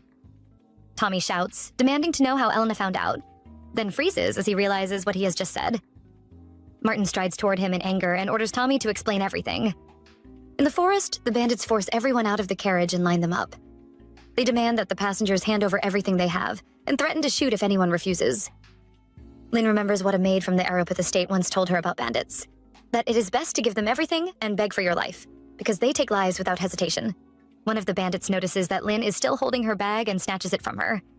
He opens it and finds it filled with cash, then quickly calls his leader. Lynn grabs his arm, begging him to give the money back. The leader points his gun at Lynn's head and asks whether she will give them the money willingly or lose both her life and the money. The other passengers urge Lynn to let it go, and she reluctantly releases her grip. After the bandits leave, everyone slowly gets to their feet except Lynn. The passengers gather around her, urging her to stand, but she remains still. All she can think about is the money she meant to use to raise her baby. Now gone. She wonders what she is supposed to do next. When they arrive in Pierrot, Lynn stands there, lost and unsure. She does not have enough money to pay for a room at an inn, and her body feels too heavy to search for work. The woman who helped her onto the carriage, Rihanna, approaches and asks if Lynn has somewhere to go, or knows anyone in Pierrot. Lynn tells her it is her first time there, and that she has no idea what to do. Rihanna then offers to let her stay the night. At Rihanna's house, she serves Lynn dinner. Lynn notices that the house is far too large for one person to live in alone. The food tastes so good that Lynn eats quickly, prompting Rihanna to tell her to slow down. Rihanna adds that Lynn needs to eat properly and get back on her feet. Her words make Lynn realize that for the sake of her baby, she needs to pull herself together. At the Arapith estate, Tommy tries to stop Martin from leaving to search for Lynn. He reminds him that he will soon succeed the Duke, and that the Duke will be furious if he finds out. Martin, already dressed like a peasant, insists that he has to find Lynn and his unborn child. The following day, the assassin approaches a fruit seller and shows him a picture of Lynn. When the man says he does not recognize her, the assassin grabs an apple and walks away without paying. It frustrates him that it is taking so long to find her. He mutters to himself that he cannot wait to get his hands on Lynn, and when he does, he will not make her death an easy one. Meanwhile, Lynn wakes up in Rihanna's house feeling well-rested. She looks out the window and thinks that she would like to settle there with her child. When she goes downstairs, she finds that Rihanna has already prepared a generous breakfast. As Lynn eats, she considers asking Rihanna for help, but decides against it, not wanting to overstay her welcome. Rihanna notices Lynn's hesitation and asks if there is something she wants to say, startling her. Lynn hesitates, but Rihanna encourages her to speak. Lynn finally asks if she can stay for one more night. She promises to find a job quickly and pay Rihanna back, rambling about how she is good at cooking, cleaning, and many other tasks. Rihanna tells her she can stay as long as she likes, but once Lynn finds work, she will begin charging her for room and board. She then wishes Lynn luck in finding a job. A week later, in a small village, a running child bumps into Martin and falls. He quickly helps her up, speaking gently to calm her. When the child leaves with her mother, the woman glances back, thinking that Martin looks like Prince Charming. Tommy tells Martin that no one in the village has seen Lynn, and Martin decides they should move on to the next place. Martin had expected his father to be furious when he explained his plans. Instead, the Duke surprised him by approving. He said it would do Martin good to see the real world and encouraged him to go out and experience life beyond Ariupus. Martin had believed he would find Lynn quickly, but the search had proven harder than he imagined. He is also struck by how different life is outside the dukedom. With each village, he realizes how much he once took for granted. As he heads back to his horse, he notices an old woman being harassed by thugs in a narrow alley. They threaten to sell off her granddaughters if she does not give them money. Martin picks up a pebble and throws it at the leader's head. When the man turns around, Martin confronts him, questioning how he can call himself a man while preying on an old woman. Tommy hides behind Martin as the thugs advance. Their leader challenges Martin to a fight, but Martin defeats them all, leaving Tommy stunned. As they are about to leave, the old woman stops Martin and insists on repaying him for helping her. When he mentions that he needs a place to stay for the night, she offers him her home. That night, Martin lies on the floor of a small room packed with snoring children, staring up at the moon and thinking about the day. The old woman shared her food with him and Tommy simply because he helped her.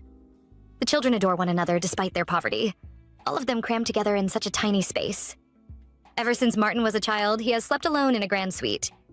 That emptiness has followed him, like a hollow space in his chest that was never filled. Now he feels ashamed of how much he has taken for granted. He also realizes that this is the world Lynn has always lived in, a world completely different from his own. A month later, Lynn's pregnancy is impossible to hide, and she is still living with Rihanna. There are few jobs in the small town, so Lynn learns herb gathering and sewing from her. As she picks herbs, she wonders if Rihanna finds it strange that she always keeps her hair covered, yet Rihanna never asks about it, nor does she question her pregnancy. Lynn senses that Rihanna respects her feelings and keeps her curiosity to herself. She feels deeply fortunate to have met her. As they head back home together, Rihanna suddenly collapses. That night, Lynn sits beside the unconscious Rihanna. The doctor had told her earlier that Rihanna's illness was chronic and that only God could help her now. Lynn feels like every time she finally finds a bit of peace or joy, pain isn't far behind. The next day, Martin and Tommy arrive in a new town. After leaving their horses at a stable, Martin grumbles about how expensive the fee is for such a small-town stable. Tommy points out that Martin at least knows the market price now, when not long ago he couldn't even price an apple. They stop to buy some apples, and Tommy remarks that he's grateful for all these new experiences. Then Tommy spots the assassin and wonders what he's doing in town. He tells Martin the man is one of the hunters working for the Ariupus family, and asks why he would be here in the middle of a busy hunting season. The assassin eats lunch and chats with the chef. When the chef asks how he ended up in town, he pulls out Lynn's picture, pointing out that she has silver hair under her cap, and asks if the chef has seen her. The chef says he knows her but isn't sure about the hair, and mentions she lives in Pierrot. He adds that she sometimes stops by with Rihanna to sell herbs and warns the assassin that Pierrot is far away. Meanwhile, Martin and Tommy sit at a nearby table listening, and Martin gets a bad feeling about why the assassin is searching for Lynn. In Pierrot, Lynn gathers firewood ahead of winter and collects herbs for Rihanna and their meals. Luckily, Rihanna is getting better day by day, and Lynn hopes for a full recovery soon. When she gets home, she brings dinner to Rihanna. Rihanna apologizes for putting Lynn through so much and acknowledges how hard it must be for a pregnant woman. Shocked, Lynn asks how she found out, and Rihanna points out that her belly has grown visibly and guesses Lynn will give birth next spring. Lynn apologizes for not telling her, and Rihanna reassures her. She asks if she can touch Lynn's belly and gently rubs it, saying she knows how much Lynn has been through and is glad they have each other's company. She adds that she feels like she's about to have a grandchild of her own. The next day, Lynn and Rihanna stop by a store. Rihanna greets the woman behind the counter, Barbara, like an old friend. Barbara notices Lynn and asks who she is. Rihanna quickly says Lynn is her niece visiting for a while. After Rihanna steps aside to speak privately with a man who just came in, Barbara turns to Lynn, studying her carefully. Barbara asks Lynn who she is. She is sure Lynn isn't Rihanna's niece because Rihanna gave Lynn a backstory, which is something Rihanna never does. Barbara tells Lynn that Rihanna once had a daughter. After her husband passed away, Rihanna raised her daughter alone. They had an incredibly close relationship, the kind only a mother and daughter could share. One day, as they were walking past a construction site, Rihanna hurried ahead while her daughter asked her to slow down.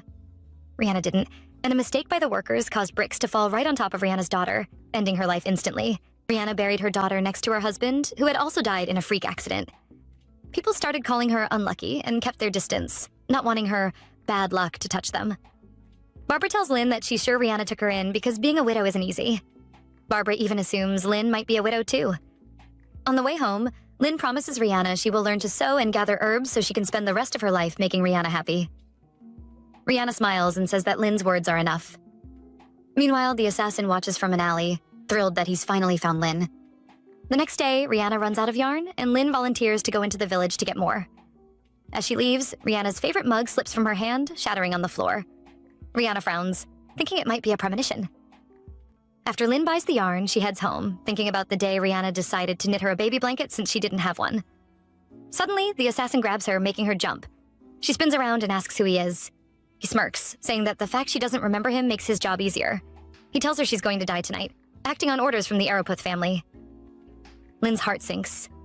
Did Martin somehow find out about the baby and send someone to kill her? She cries, feeling shocked and disappointed, thinking she didn't expect him to be so cold. The assassin reaches for her neck, promising it will be quick. Then, out of nowhere, someone grabs him from behind, choking him, and yells for Lynn to run, calling her young lady. Lynn freezes. Something about the voice feels familiar. Her rescuer struggles with the assassin and shouts again for her to run. She snatches her yarn and bolts. The rescuer then points a gun at the assassin and rips off his cap, revealing himself. Martin. The assassin freezes, recognizing him immediately. Martin glares and demands to know why the man has been hunting Lynn. Lynn runs all the way home. When she gets there, she decides it's time to tell Rihanna the truth about why she's pregnant. Meanwhile, the assassin spills everything to Martin. Elizabeth sent him to get rid of Lynn. Tommy asks why Elizabeth would want her dead. Martin pieces it together. Elizabeth must have found out Lynn is carrying his child, and if she returned to the estate with a baby, she'd be a threat. Martin hands the assassin some money and tells him he's no longer following Elizabeth's orders.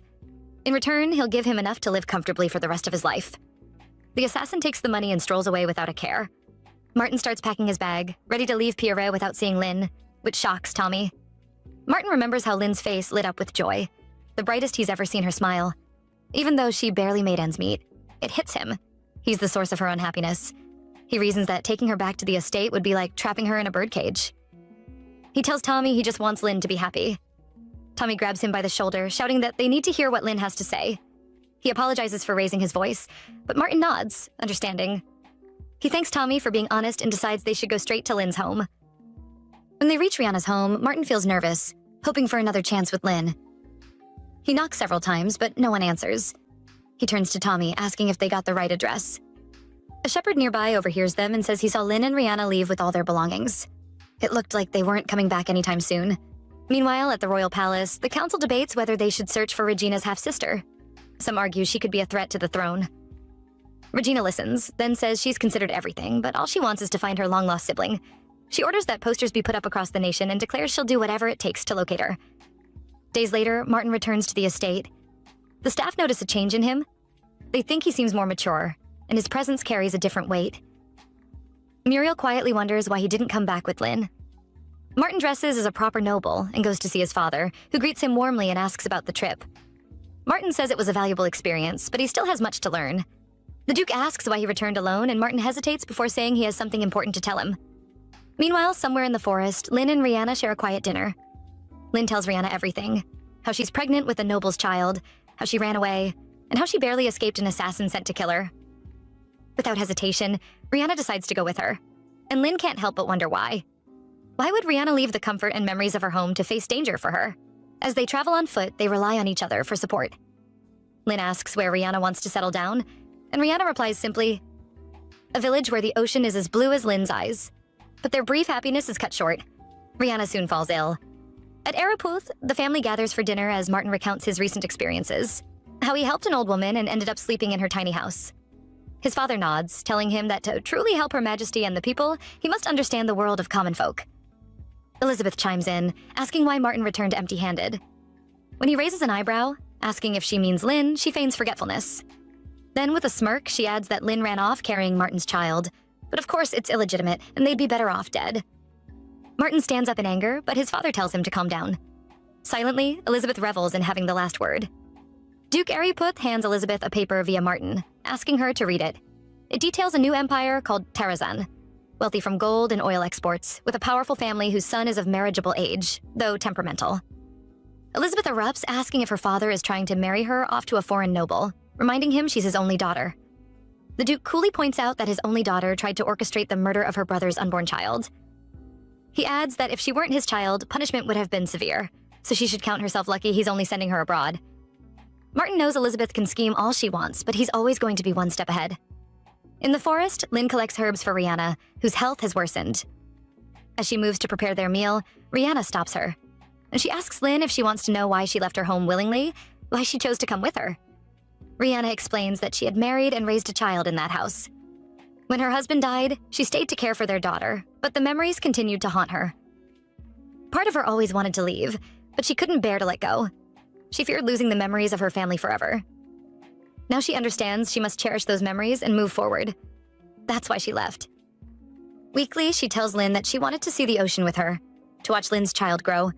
She says Lin deserves to be loved and should never give up. Then, with a serene smile, she says she sees her husband and daughter waiting for her and passes away. Lin cries for a long time, then buries Rihanna in the forest. Using the last of her money, she pays for transport to the next village. When she arrives, she asks for help, but no one offers any. Hungry and desperate, she ends up eating bread from the trash and lying down in an alley for days, exhausted. People pass by, whispering about her, but no one helps. She starts to worry that, at this rate, something might happen to her baby. Just then, she hears an announcement. Free food for the homeless. She goes to the spot, and when it's her turn, one of the knights distributing the food asks her to take off her cap so they can see her hair before giving her anything. She hesitates, knowing it will draw attention, but hunger wins. She removes her cap, revealing her silver hair. The knights are visibly shocked, nod at each other, and then tell her to follow them. A few days later, Lin finds herself in the royal palace, awestruck. She had never imagined setting foot in a place like this. One of the knights approaches, calling her "my lady," and asking if she needs anything. The words startle her. She's never been treated this way before. Soon, she is led to see Regina, and Lin is shocked to see that the Empress has silver hair just like hers. Regina smiles and says they look alike.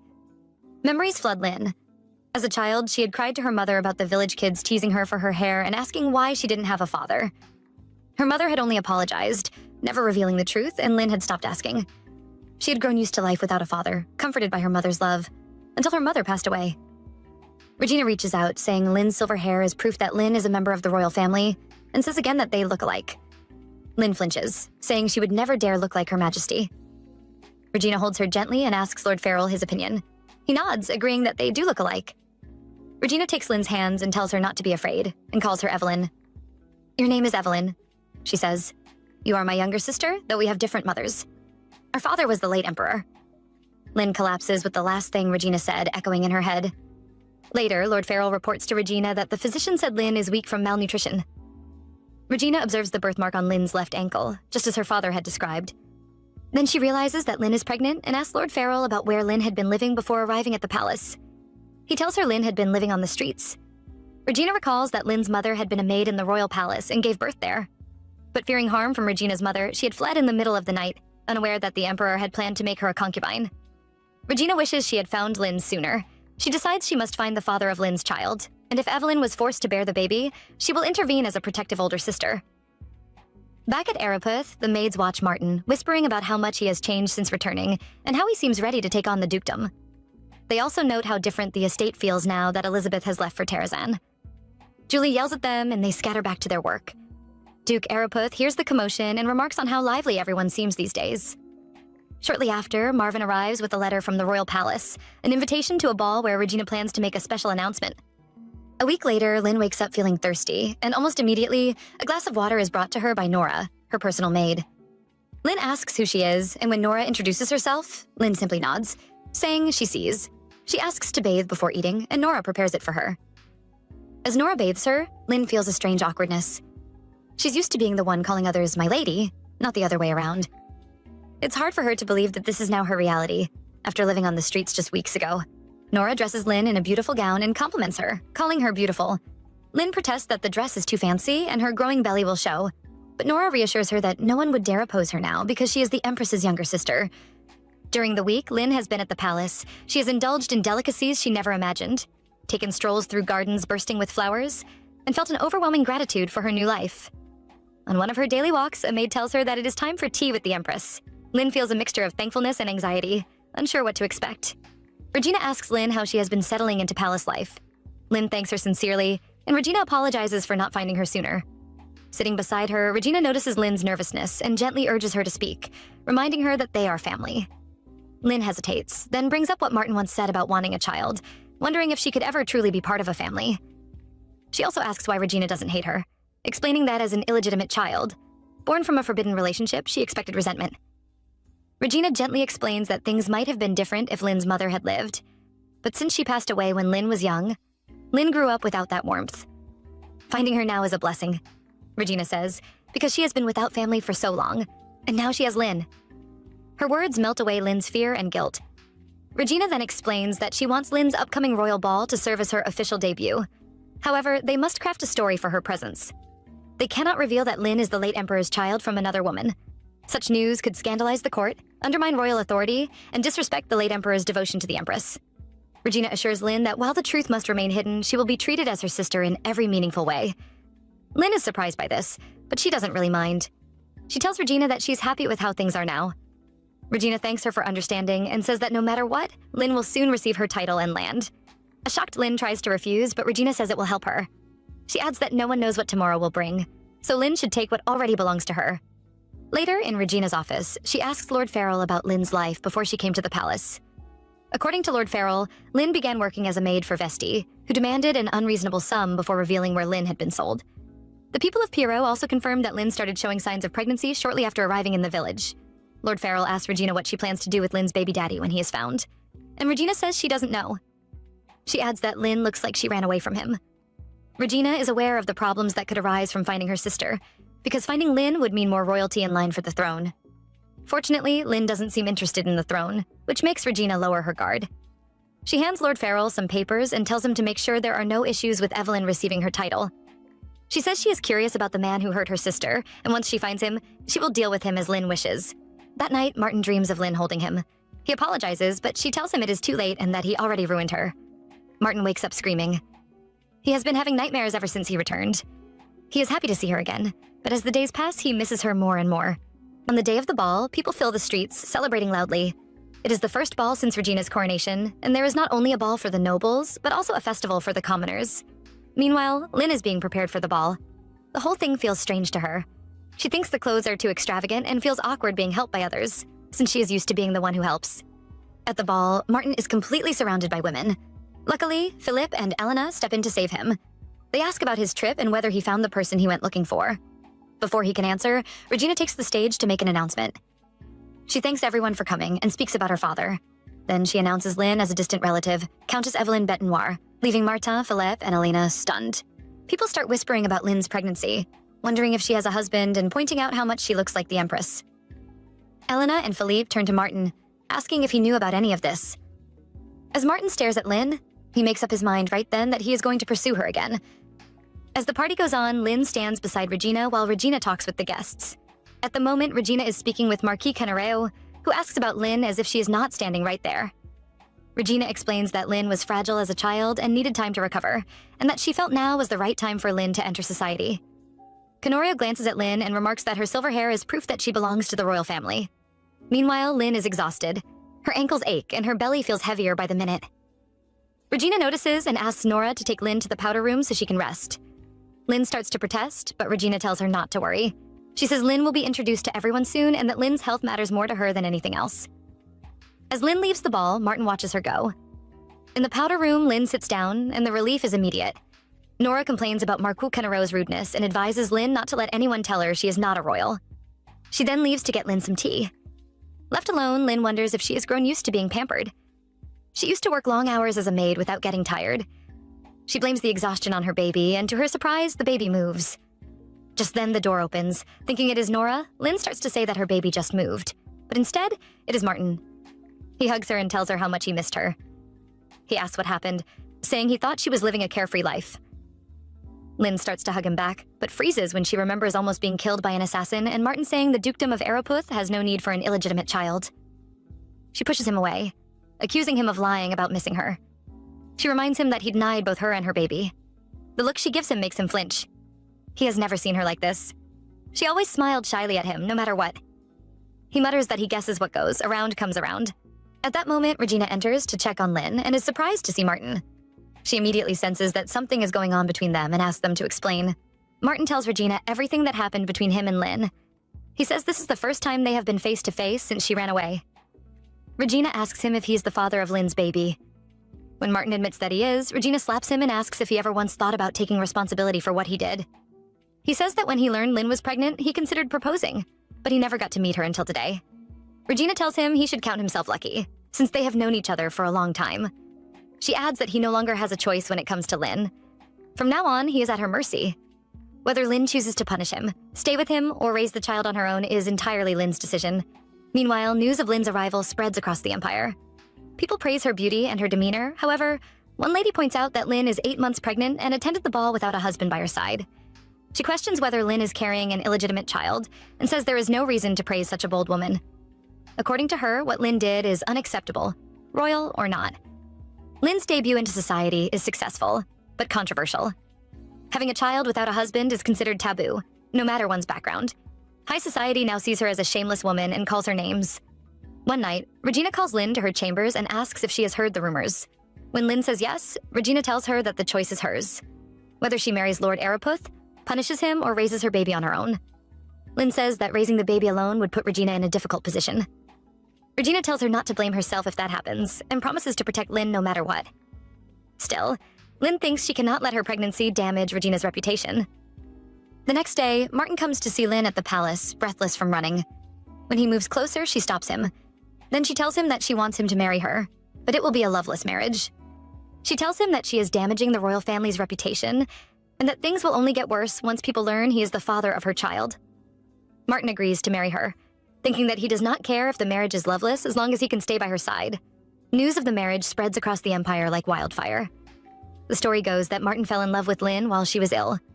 They wanted to keep their relationship private, so they married in secret, and now that everything is out in the open, they will hold a lavish ceremony.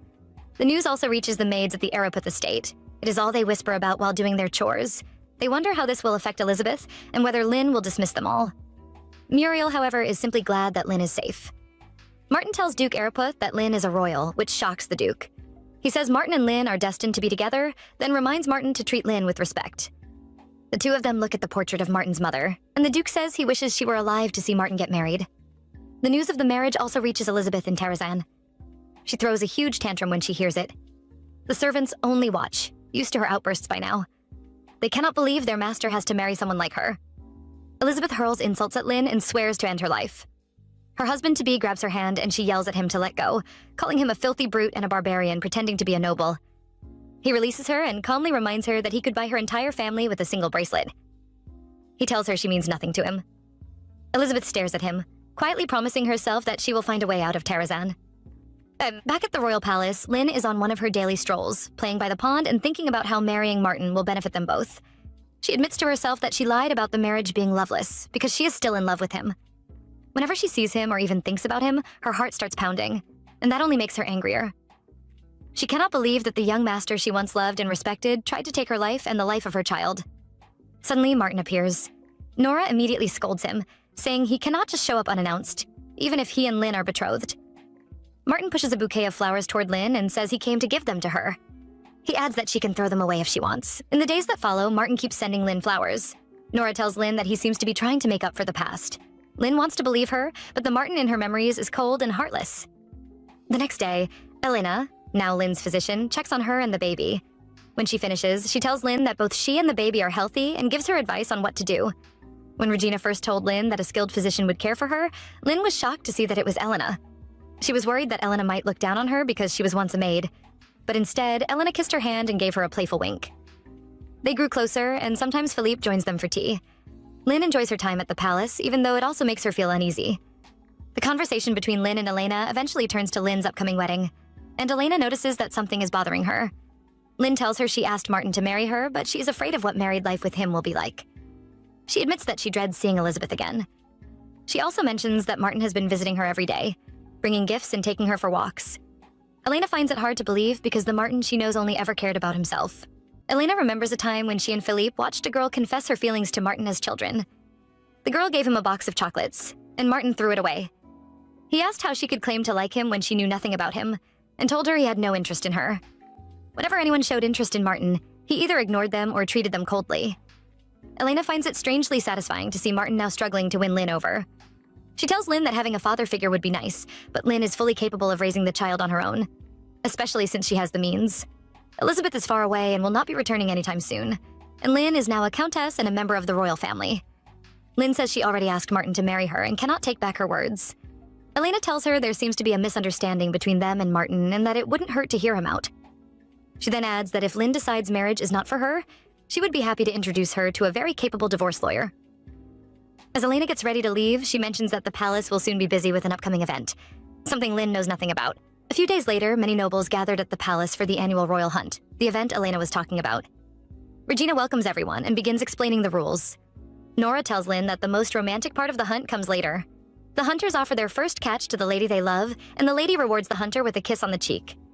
Later, Philippe asks Martin who he plans to dedicate his hunt to.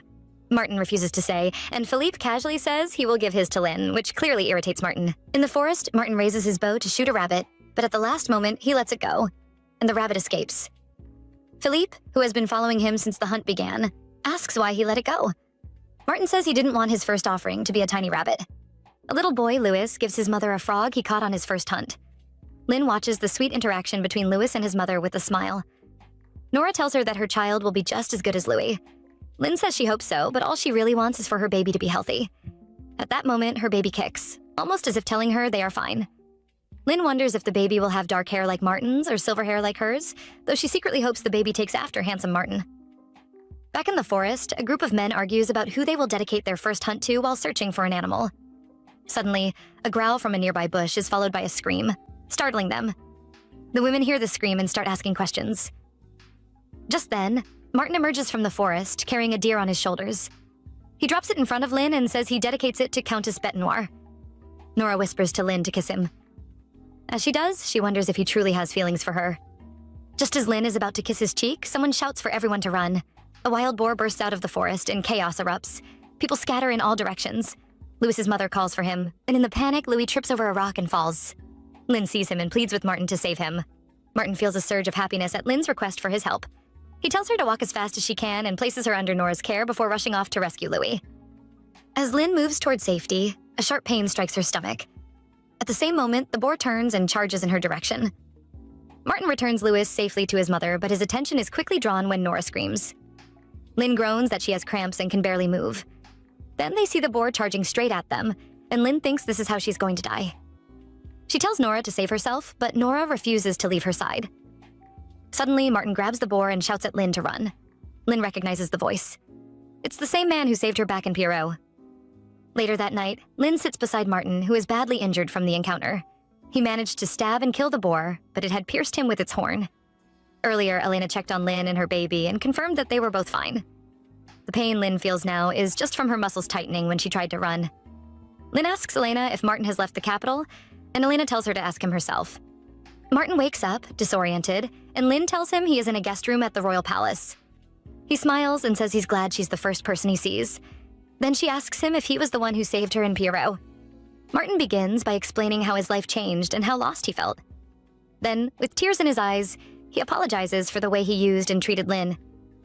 He says he doesn't mind if she resents him for the rest of her life, as long as she allows him to stay by her side. Lynn asks how she could ever resent him for saving her and their baby.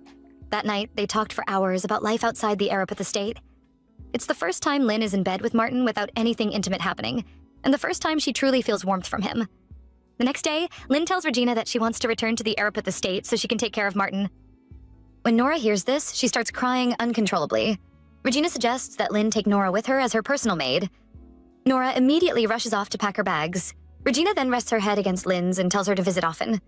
She calls Lynn her little sister and says she will miss her. The next day, Lynn looks out the carriage window at the Arapath landscape, noticing that things haven't changed much. She mumbles a list of the familiar sights. Martin tells her that nothing has changed, but it feels empty without her. His flirty words make Lynn blush, especially with Nora sleeping beside her. Lynn realizes that Martin has become a completely different person. Ever since the hunt, he has been holding her hand, looking into her eyes and smiling at her like he did when they were children. He feels like the young boy she remembers from the past. When they arrive at the estate, Martin steps out first to escort her. He tells her not to reveal to the staff that she used to work there. Inside, the staff line up stiffly to welcome them. Lynn scans the faces and doesn't recognize a single one, wondering what happened to her former colleagues. Duke Arapath greets them warmly, calling Lynn his dear daughter-in-law, and remarks that he hasn't seen her since the secret marriage, which is what they told people to protect her reputation and prove she is not a wanton woman. They enjoy a delicious meal together. Afterward, the Duke sends the servants away and asks Lynn if it is true that she once worked as a maid in his household. She tells him she arrived at Arapath at 13 and left at 19. He apologizes for not remembering her and asks if she had any hesitation about returning. Lynn explains that Martin is the father of her baby and saved them from the wild boar, so returning wasn't the issue. She just wants to help Martin recover quickly. The Duke thanks her. Lynn then asks about her former colleagues, and he tells her that he had to let them all go, which shocks her. Lynn remembers when she was still a maid, hearing the other maids talk about their dreams. Some wanted to wear beautiful dresses like Elizabeth, while others hoped to leave their jobs and start families of their own. When Lynn asked Muriel what she wanted, Muriel explained that she had become a maid to support her many younger siblings. But if she could focus on one thing for herself, it would be a house of her own. Now, lying in bed, Lynn feels heavy with guilt and sadness. She even sends Nora away. She worries that all her friends lost their jobs because of her and wonders if coming back was a mistake. When the bedroom door opens, Lynn assumes it's Nora. Instead, it's the head maid, Julie, and Lynn rushes into her arms. Julie starts addressing her informally, but quickly corrects herself to, "My lady." Lynn tells her it's fine to speak informally when they're alone. Julie has always been like a mother to her. Then she asks Julie what happened after she ran away. Over tea, Julie tells Lynn everything that happened. When Lynn asks about Elizabeth, Julie explains that she was sent away because she tried to have Lynn assassinated. Lynn thinks Elizabeth was never a kind master, but she didn't expect her to stoop that low.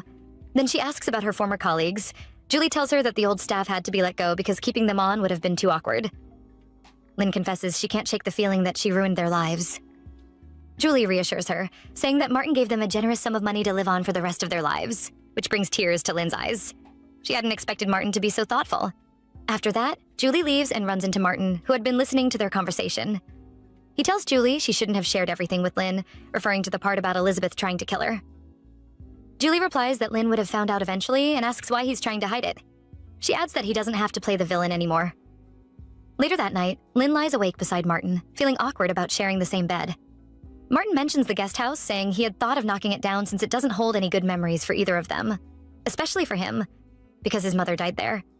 Lynn suggests a better idea, turning the guest house into a dormitory for the staff. A few days later, the staff were moved into the guest house, a surprise to them. They can't believe that mere servants like them can live in a place like that. One of the new maids, Marbelle, is 14 and has been working at the estate for just a month. She has no parents and grew up in an orphanage. When the orphanage heard that Araputh was hiring, they forced her to take the job. At first, she thought she would be worked to the bone with barely any proper meals. But then she met her lady. Every morning, Lynn shows up to the staff meeting without fail. The staff all think she is stunning. At first, Marbelle thought Lynn seemed cold and aloof, but now she sees a different side. Lynn comes to the meetings, chats with the staff, and even makes sure they are comfortable. They used to live in the basement, but Lynn requested rooms with sunlight. She created a library so the staff could learn to read and write, and gave them 2 hours of free time every day to practice sewing. She even found jobs in the village for the talented tailors. Marbelle had always thought nobles were full of themselves, but now she realizes there are exceptions. One afternoon, a hungry Marbelle is sent to deliver snacks to Lynn. Seeing her lady up close for the first time, she can't help staring. Lynn is even more beautiful in person. Lynn asks if there's something on her face, and as Marbelle tries to explain, her stomach growls loudly. Lynn just smiles and invites her to eat with her. As they eat, Marbelle asks why she treats the staff so kindly. Lynn says they are humans, and she refuses to treat anyone poorly because of their social status. At that moment, Marbelle silently vows to serve Lynn until her last breath. In the village, the people praise Lynn for everything she has done. She built a hospital, a school, and organized charity events. Minos, however, doesn't care for the Araputh family. He thinks they are terrible people because Lynn ran away from them. Still, he wonders where Lynn is and why she hasn't sent him any letters. At the Araputh estate, Martin tells Lynn that the villagers are planning a festival in her honor and thanks her for helping improve the family's reputation. He also mentions that he won't be joining her at the festival. Lynn begs him to go with her. Martin reminds himself that he dislikes crowded places, but he can't say no to her, so he agrees. The next day, the festival begins. Minos overhears a woman explaining to her child why they are holding a festival for Countess Evelyn. He mutters to himself that they are celebrating one silly noblewoman and that the Arapuths should treat their staff better. On her way to the festival, Lynn fidgets nervously. When Martin asks why, she explains that she used to hide her hair under a cap because it caused her so much trouble in the past. When she was little, some boys bullied her because of her hair, and she ran away when her mother found her. She cried, asking why people hated her so much. Her mother told her they were just jealous because her hair was unique and special, and instructed her always to keep it covered. Martin points out that she wasn't nervous about her hair at the ball. Lynn says that was because Regina was there, but today Regina isn't, and she's afraid everyone will focus on her hair. Martin reassures her that it will be fine. She has him. When they arrive at the festival, the villagers cheer and praise her hair. They welcome her warmly, and she thanks them for inviting her. Later, Lynn makes her way to the bathroom alone. thinking about the festival she used to attend with Minos. She bumps into him as he carries a crate. He apologizes and starts to walk away, but then he stops when he notices her hair. He begins patting her and firing off questions. When she comes back, how she's been.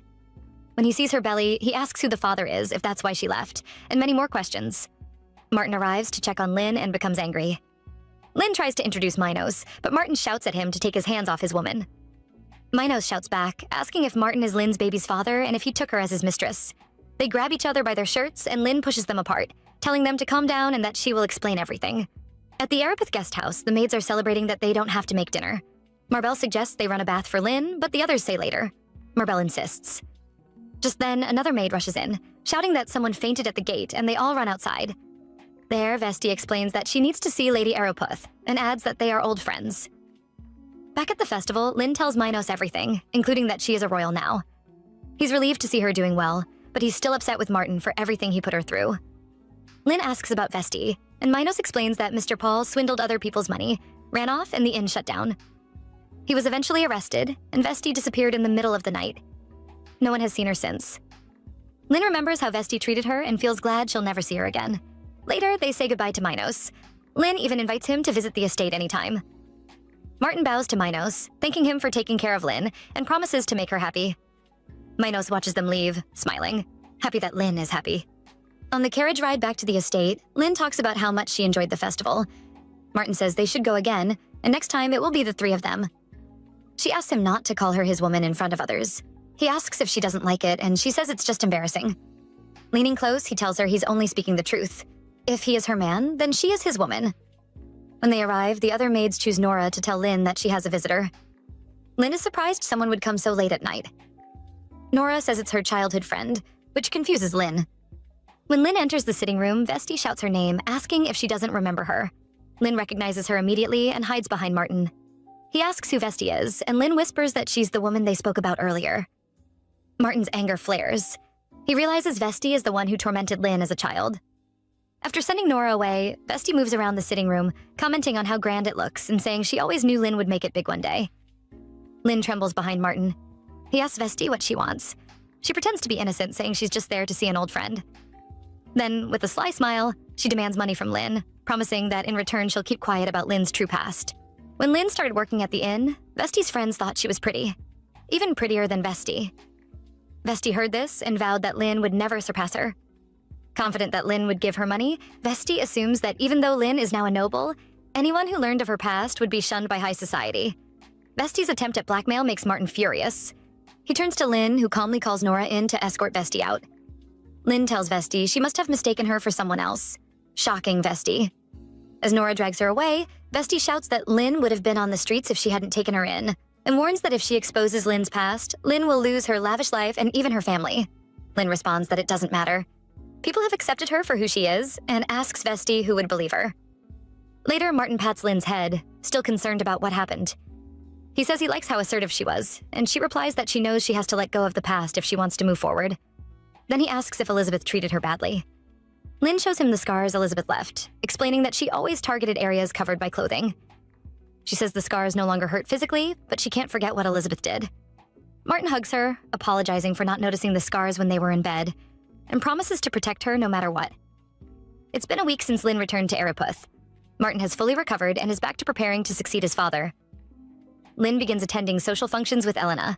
At one of these events, the noble ladies talk about going to college to become fashion designers. One of them asks Lin what her dreams are. Lin says she would love to have a healthy child. The lady clarifies that she meant her future ambitions. Lin realizes she's never thought about it. She spent most of her life just trying to get by. She begins to wonder what she truly wants.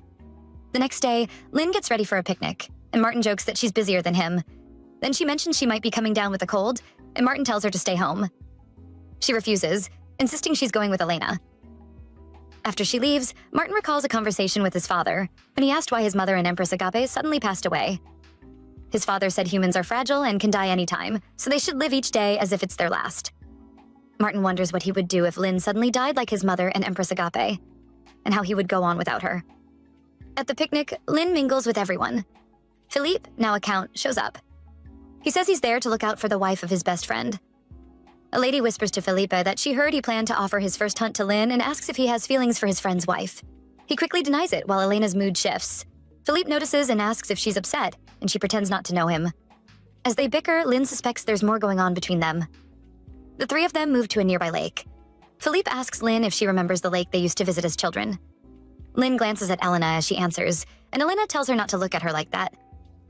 They were just joking. Philippe changes the topic, asking about Martin. Lynn talks about how kind Martin has been and mentions that he's started to get a little overprotective. As they talk, someone runs toward them, calling for Elena to help a child, Annie, who has collapsed. Annie's mother explains that Annie was playing fine when she suddenly vomited and fainted. Lynn notices some berries on Annie's dress and asks if she ate them. When the mother says yes, Lynn immediately says the berries are poisonous and they need to give the child the antidote right away. Elena asks if Lynn knows the antidote, and Lynn says she does.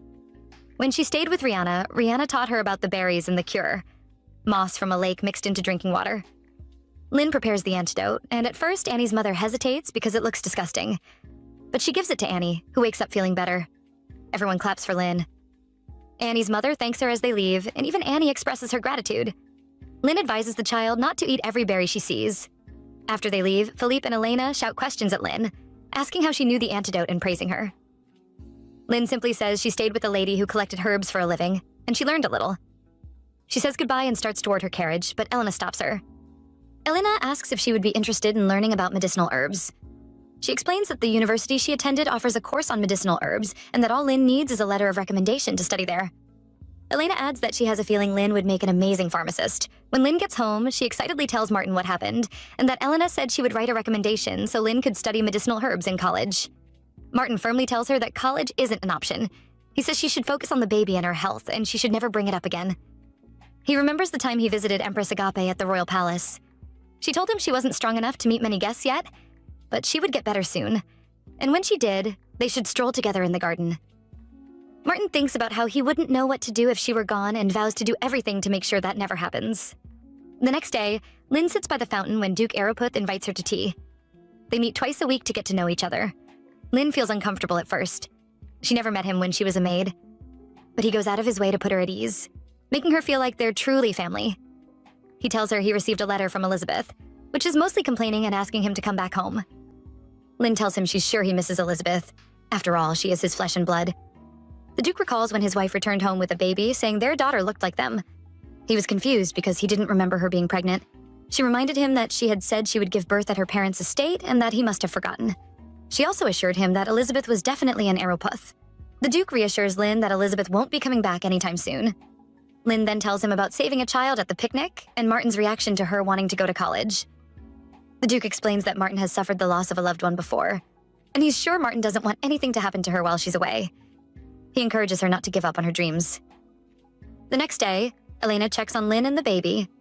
Lynn asks if she can still swim in the lake. Elena says she can, then asks why. Lynn refuses to answer and thinks to herself that she won't let anyone take control anymore. She wants to show Martin that whatever he worries about won't happen to her. The next day, Lynn invites Martin to a picnic by the lake, wanting some time alone with him. He agrees on the condition that she wears warm clothes and shares a horse with him. Lynn doesn't let the maids come along but tells Nora to pack plenty of towels. When they arrive at the lake, they reminisce about the times they came here as children, then unpack the food. The maids packed a puri berry pie, prompting Lynn to ask Martin if he remembers the hunting trip. He says he remembers every single detail. She then asks why he gave her puri berries the day before leaving for the academy, and how he found time to pick them while preparing to leave. He explains that he wanted to see her face light up when she got the berries. He thought she had feelings for him, but she always looked flustered when they met. Then he saw her smiling at Minos and realized her true personality, bright and cheerful. He admits that was the day he fell for her. Quietly, Lynn says she wants to study medicinal herbs at university. Martin immediately objects, angry. Lynn simply walks to the lake and jumps in. Martin loses it, shouting her name as he runs after her. But then Lynn pulls him into the water. He complains about how cold it is, then stops when he sees her smiling. She tells him she's used to swimming in cold water, and having worked her whole life, she's as healthy as a horse.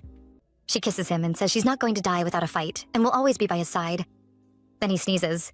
When they return home, Julie scolds them for falling into the cold lake. She tells them to get cleaned up before her lady sees them. Before they can react, Elizabeth shows up, complaining that while she was suffering in a foreign country, they were enjoying themselves. She adds that they should be paying her respect. Elizabeth laughs when she notices Lynn's pregnancy and accuses her of seducing her brother so she can force Elizabeth out of the house. She moves closer to Lynn, but Martin immediately steps in front of her, blocking her path. He tells Elizabeth to stay away from his wife. Elizabeth snaps back, saying Martin is only with Lynn because she is carrying his child. Just then, Duke Araputh arrives and freezes in shock when he sees Elizabeth. He demands to know why she is there. Elizabeth answers innocently that she only came to visit for a short while.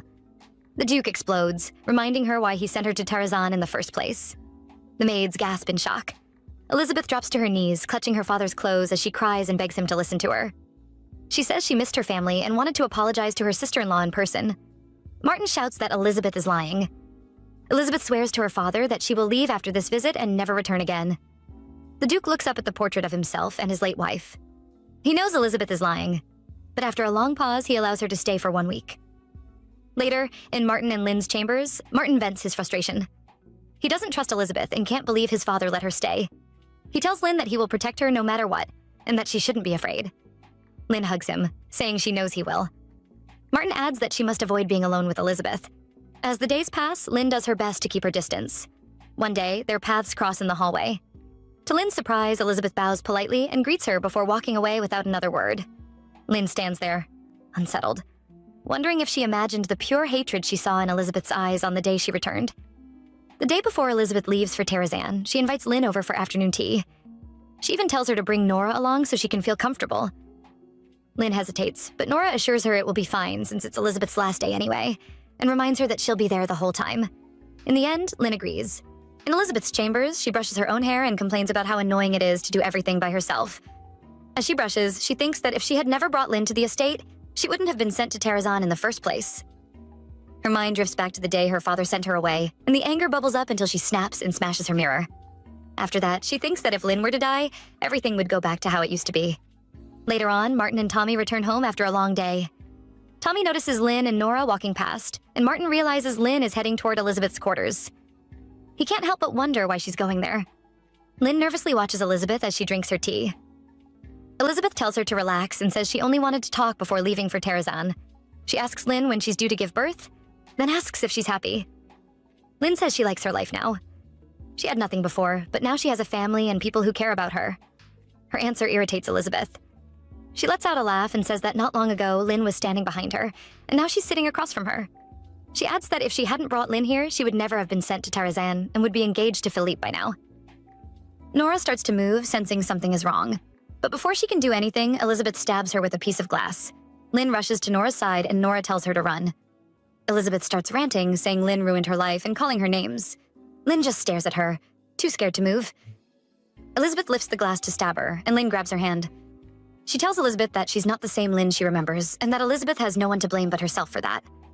Elizabeth shoves her away and raises the glass again, saying she doesn't care if people see Lynn as a royal now, because to her, Lynn will always be a lowly maid. Unlike her, Elizabeth is a purebred noble, and they are as different as night and day. Before Elizabeth can stab Lynn, Martin grabs her hand from behind, hurting himself in the process, and yanks the glass away from her. She immediately says she can explain. Martin checks on Lynn first, then tells Elizabeth that she is not a real Araputh. He says their mother had an affair, which makes Elizabeth illegitimate. She accuses him of lying to her, but he tells her he has their mother's letter confessing to the affair.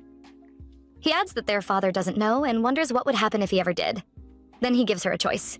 Be stripped of her title as Lady Araputh, or apologize to Lynn and spend the rest of her life in Tarazan. Elizabeth drops to the floor, apologizing over and over, promising never to come back again so she can keep living as an Araputh. The next day, she leaves the estate, and no one comes out to see her off. The Duke watches her from his window. He asks Marvin whether things would have been different if Elizabeth were truly his daughter, whether she became the way she was because he was too afraid to face the truth, or whether she was simply born that way. Marvin has no answer. The Duke then says that Elizabeth will always be his responsibility. That night, Lynn and Martin take a walk around the estate. Martin tells Lynn that it's all over and that she will never see Elizabeth again. She checks his injured hand, and he jokes that it's a battle scar he earned while protecting his wife. Lynn starts crying, and he wipes her tears with the handkerchief she once gave him, telling her that she's really lovely. She looks at the handkerchief, surprised that he still has it.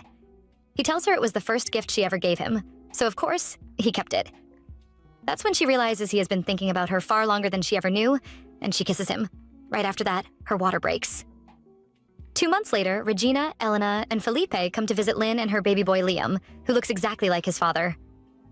Regina asks Nora why she isn't resting despite her injuries, and Nora says she's perfectly fine. Regina then says she has sent word to Terezin and that Elizabeth will never come back. Elena hands Lynn a letter of recommendation for college. Lynn reminds her that Martin had forbidden her from going, but Martin admits he was the one who asked Elena to write the letter. He says he shouldn't stop her from chasing her dreams just because of his own fears. Lynn hugs him, thanks him, and promises to do her best. After Elena gives birth, wedding plans begin. The townspeople keep sending gifts, and the maids insist on making Lynn's wedding dress themselves. A few days later, Lynn brings Martin into their dressing room and blindfolds him. After a moment, she tells him to take it off. When he does, he sees her standing there in her wedding dress. He hugs her and says that for a second he thought she was an angel, which makes her blush. Then, for the first time since she came back, they become intimate and finally confess their love to each other. On the wedding day, Lynn walks down the aisle and the guests can't help but stare at her in awe. She hands her bouquet to her bridesmaid, Elena. As the ceremony goes on, Philippe can't stop staring at Elena. At some point, Liam starts crying, so Lynn carries him for the rest of the ceremony. As the years pass, Lynn reburies Rihanna with her family and sends Muriel a large sum of money. Years later, Liam sneaks away from his lessons and tries to hide while the maids search for him. When Nora finds him, he complains that his studies are boring. Just then, Lynn comes home and lifts her son into her arms, asking if he truly hates his lessons. He says he would rather explore outside and pick berries. Lynn tells him that if he doesn't learn how to read, he won't be able to read his favorite frog detective book. Martin joins them, pats Liam on the head, and asks Lynn about her apothecary. Martin is now the Duke of Aeroputh, and Lynn has graduated and become a pharmacist. She provides free medicine for the poor in different places. Martin reminds Lynn about their plan, and Liam asks if he can come along. Lynn refuses and reminds him of his promise to study. Later, Lynn and Martin go to the lake for a picnic, the first time since Lynn jumped into the water while pregnant. Martin praises her for being brave then and just as brave now. Afterward, they become intimate, and when they are done, Lynn asks if they should try for another child. He agrees, saying it would be even better if it were a daughter who looked like her. And with that, this beautiful story comes to an end. If you want more full stories, please let us know in the comments. Until next time, ciao!